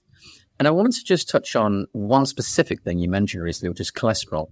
I'm curious what because obviously this isn't your job, like me, as someone whose job isn't, what is your view on cholesterol? What have you been told? What have you looked for on your cholesterol readings? Because I think I can tell you some things which would really surprise you. Oh, I'm sure. This is actually an area which I get confused on, actually. Okay. I'm kind of led by my doctor, who I think is a good doctor. He seems a bit more open to ideas, and I'm like the way he handles me. He doesn't seem to get too concerned with my cholesterol. He's more in the triglycerides and I've kind of been told this by a few different people who I really respect. The cholesterol, I guess it's like fat in the blood, is it? Or like, we've got things like lipoproteins. Yeah. It's just a mailman, and inside the delivery bag is cholesterol, and they're just delivering it to wherever is needed. Yeah. So I'm curious about this because earlier you said the amount of cholesterol is something you look at and you may speak to other people about. I'm quite the opposite. Yeah. I actually think I don't care if it goes up. Yeah. I've got no problem with that. Because the evidence for cholesterol being a problem is basically zero. I've heard this. Yeah. So when I said it, I know you and I both agree. I don't worry about it. Yeah. But I know that other people do. Sure. But I think what they'll find is, even when they do the carnivore diet, that their cholesterol actually doesn't go up that much anyway. Yeah. So what I'm saying is, yeah, I don't worry about the cholesterol anymore. Okay.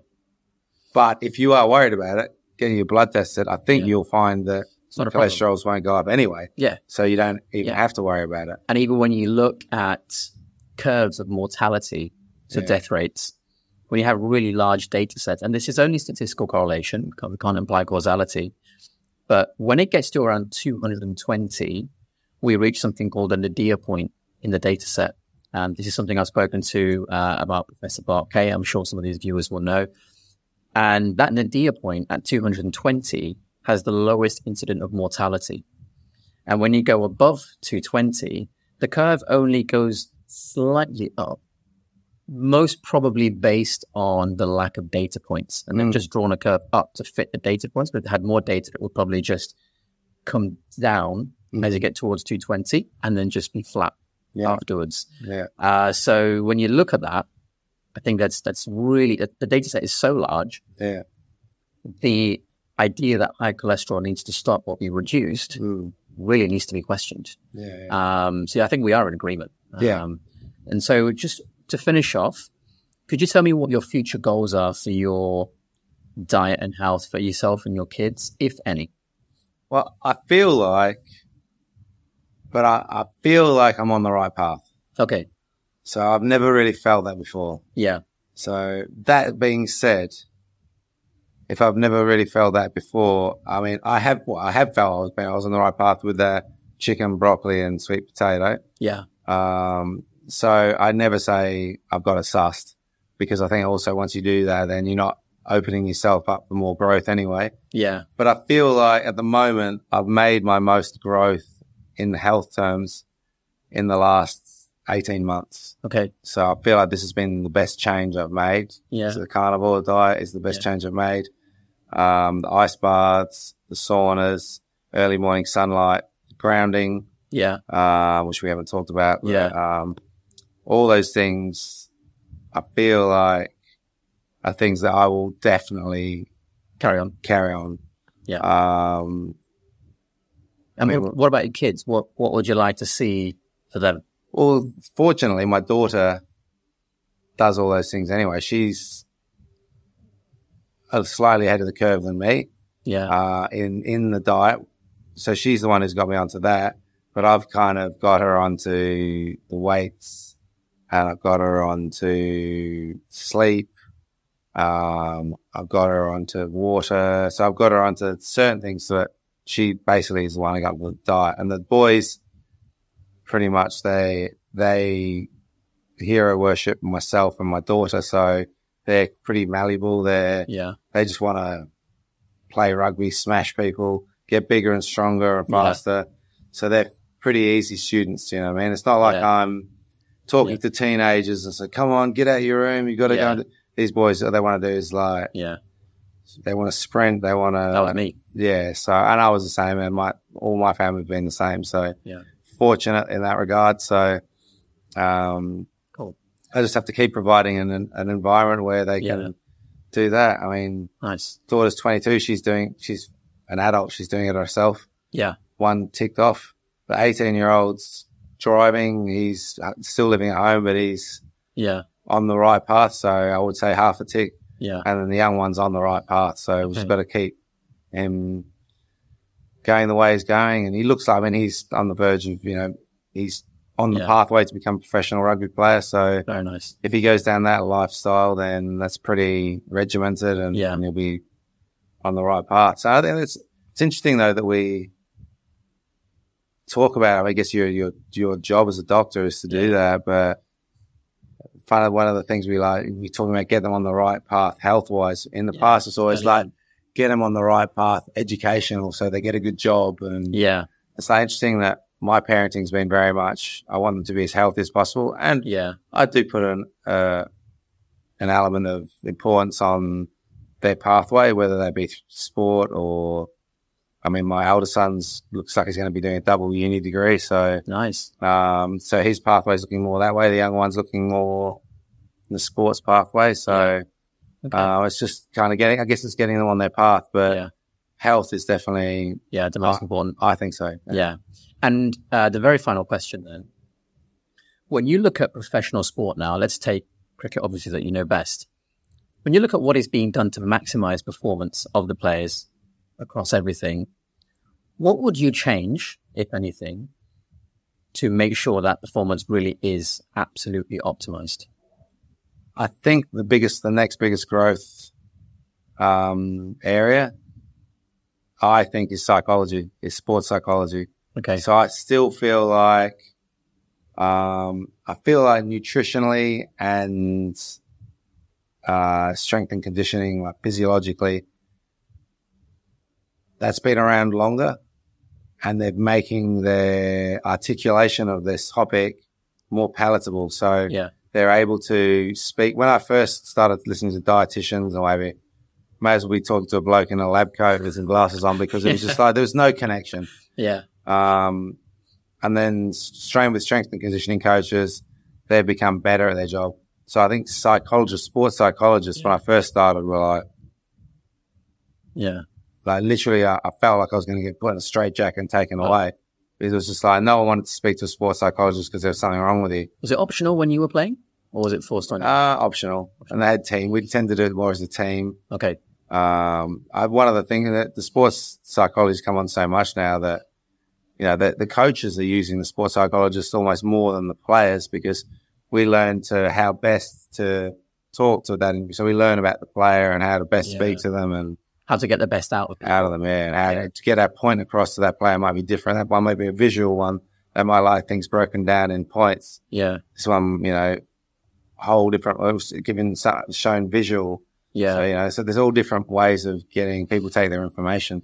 So I feel like sports psychology is the next big step. I feel that one. Yeah. In terms of all the players that you've come across while you were playing, and that you see and have come across now who are still playing, is anyone that stands out that was an early pioneer in seeing a sports psychologist one-on-one? I remember the first few people that go and see them, and they might call it a pioneer, but we called them nuts. We were like, they must have something wrong with them. And that in itself sort of shows the naivety of the ones who didn't place a big importance on it, or already had a grasp on it.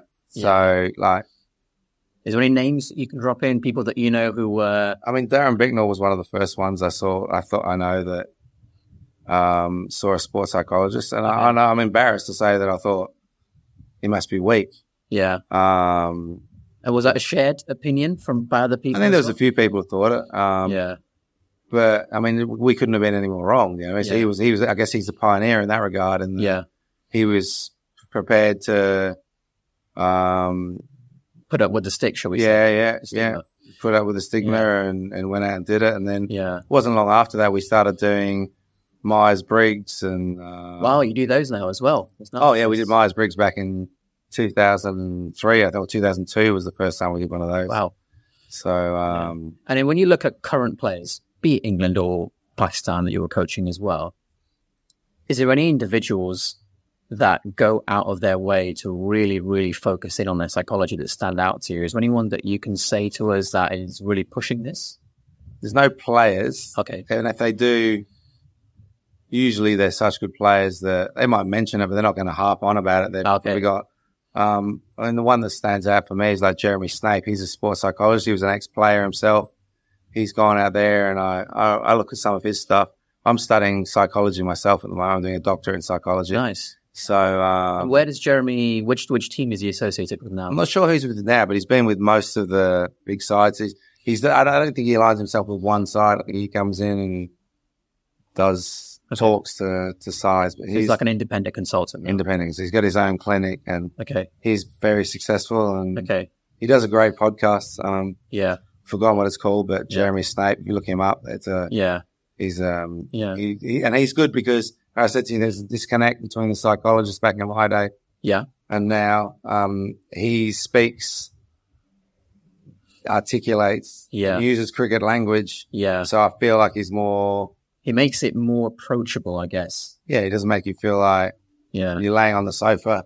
Yeah, like, so he breaks it down into a more palatable and more user friendly. Yeah, wow, I think that's why he's had success. And when you say even in your day, there were psychologists available. Not their offers weren't taken up very much, but they were there. Let's talk about Jonathan Trott for a second.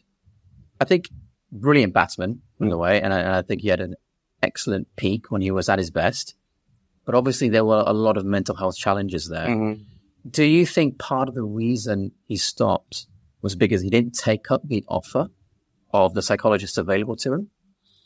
I don't know. It's a good one. I actually know Jonathan pretty well, but I think I'm seeing him on Friday, so I'll ask him that. But that's a good question. I think that the knowledge on mental health, and I think mental health only became really a thing around about that time, and probably like 5 or 10 years before that. Agreed. I can give you an example of how quickly it's evolving. Was I lived with a guy in 1992, a guy called Danny Caller who played for Kent. We lived in an apartment actually just not far from around here on the Isle of Dogs. And he got injured early on in the career in his season. It was he had his last season of a contract. He split up with his girlfriend, and he shared an apartment with me, Joe Benjamin, and himself, Danny Caller. So there was the three of us. And he basically laid on the sofa and watched TV for the entire summer, didn't sleep down in his room. Me and Joey were like, what's wrong with this guy? He's a bum. Yeah. Do you know what I mean? We had zero education of what he might be. We just thought he's just a bum. Didn't come into training because he had a sore back. People at work stopped asking about him because, he's going to get sacked at the end of the year anyway. So, but this is 1990, I want to say 91, 92. Okay, a long time ago. Anyway, unfortunately, at the end of that season, we went our own ways, and unfortunately, he committed suicide. And at the time, I'm embarrassed to say this. Yeah. But I just thought, what a loser. Yeah. And I'm an empathetic and compassionate guy. It doesn't sound like it. Yeah. But when I look back now, I'm embarrassed. Yeah. Because then I reckon about 4 or 5 years later, someone came out and said, started talking about depression. And at the time, I would have been like, was that in the elbow? Was that like a shoulder? Is that a shoulder? And that's just not even known what it was. Yeah. Mental health was like, what the hell is that? Yeah. So now, people talking about depression. And then I was like, spoke to some of the other guys. I was like, what? And it's again embarrassing to say. I was like, geez, do you reckon Danny had depression?